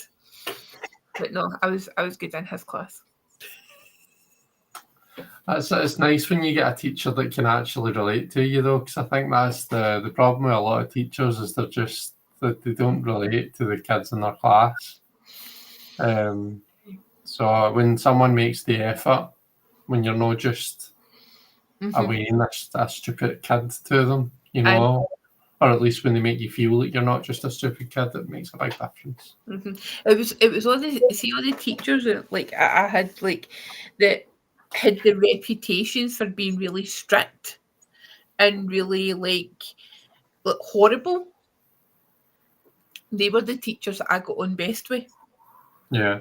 See all the kind of like softly namby-pamby teachers, they were the ones that I had an absolute nightmare time with. And it's like, as an adult looking back, it's because I knew, bless you, it's because I knew that I could take the absolute piss out of them. Yeah. You know what I mean? Because it didn't give you any boundaries, and that's why I am such an advocate of having boundaries, even with kids. Do you know what I mean? That's like kids need boundaries. Yeah. It's very Saturnian. You know Yeah. what I mean? Oh, is it just maths tuition that you do? Yeah. Aye. It's no any other kind. No. No, just maths. Right. Side question. I thought just came in. It's an off-camera thought. All these off-camera thoughts. I know people will be think we're terrible. So, have I tried Arabic parts? Do you mean like parts of fortune or Arabic lots? I don't know. I don't. I don't use them. I've not heard of it before. But fun fact, okay, so see in Indian astrology, right, I'm a Taurus. Seeing that pishy real sky astrology, which includes the 13 star sign, I'm still a Taurus. Are you? I'm just a Taurus. Are you quite a late on Taurus then? Yes. That'd be why I become a Libra. Aye. I'm at 27 degrees. 27 degrees Taurus, that's me. Well, man. That's what my mum says. She's like, I was just that pleased you weren't a Gemini. I didn't want a Gemini, Wayne. That's how my mum talks. That's just like how I hear her voice in my head. Oh, bless. Oh, right, Marion. Right, time to go. I know. It's a new day. Eh? It's a new day. It is. It's actually midnight. I know. I want to thank everybody that's been here. Thanks to everyone that did the spread with us. Please post your spreads on the Facebook page, on the Elemental Cartomancers Facebook page. Take a wee picture and post it so as we can see, and we can see the cards that you're using and stuff. Thanks so much to everyone who's been here and who's been chatting with us. It's been great. Marion, thank you very much for joining me, for giving me a whole 3.5 hours of your time. You're very welcome. I'll be expecting your invoice in the post.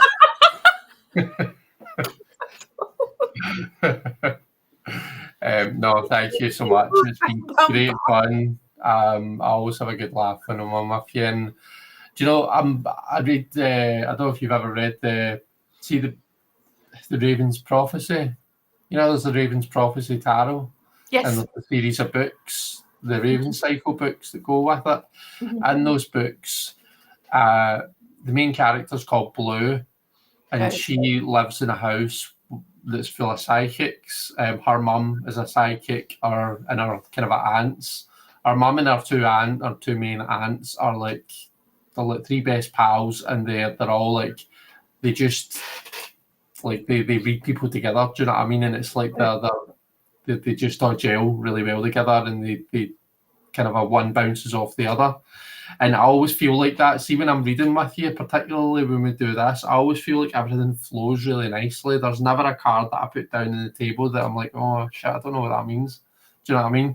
It's just everything seems to flow really nicely, and it just always reminds me of those characters in those books. Oh, it's the Taurus Scorpio axis. Equal. That's what it is. I really need to get, so I'll be looking out for that. Well, hopefully I'll not need to look out for it because you'll tell me when it's happening. But astrology course, that Astrology for Dummies. I'm not going to call that because there is a book called Astrology for Dummies and it's copyrighted, so I can't use that. Oh, that's fine. But whatever it's called, I'll be there with bells on. Right, everyone. Thank you so much for being here. Take care and have an amazing weekend. Yes, and we will see you all soon. Don't do any we wouldn't do. Doesn't leave them much. I know.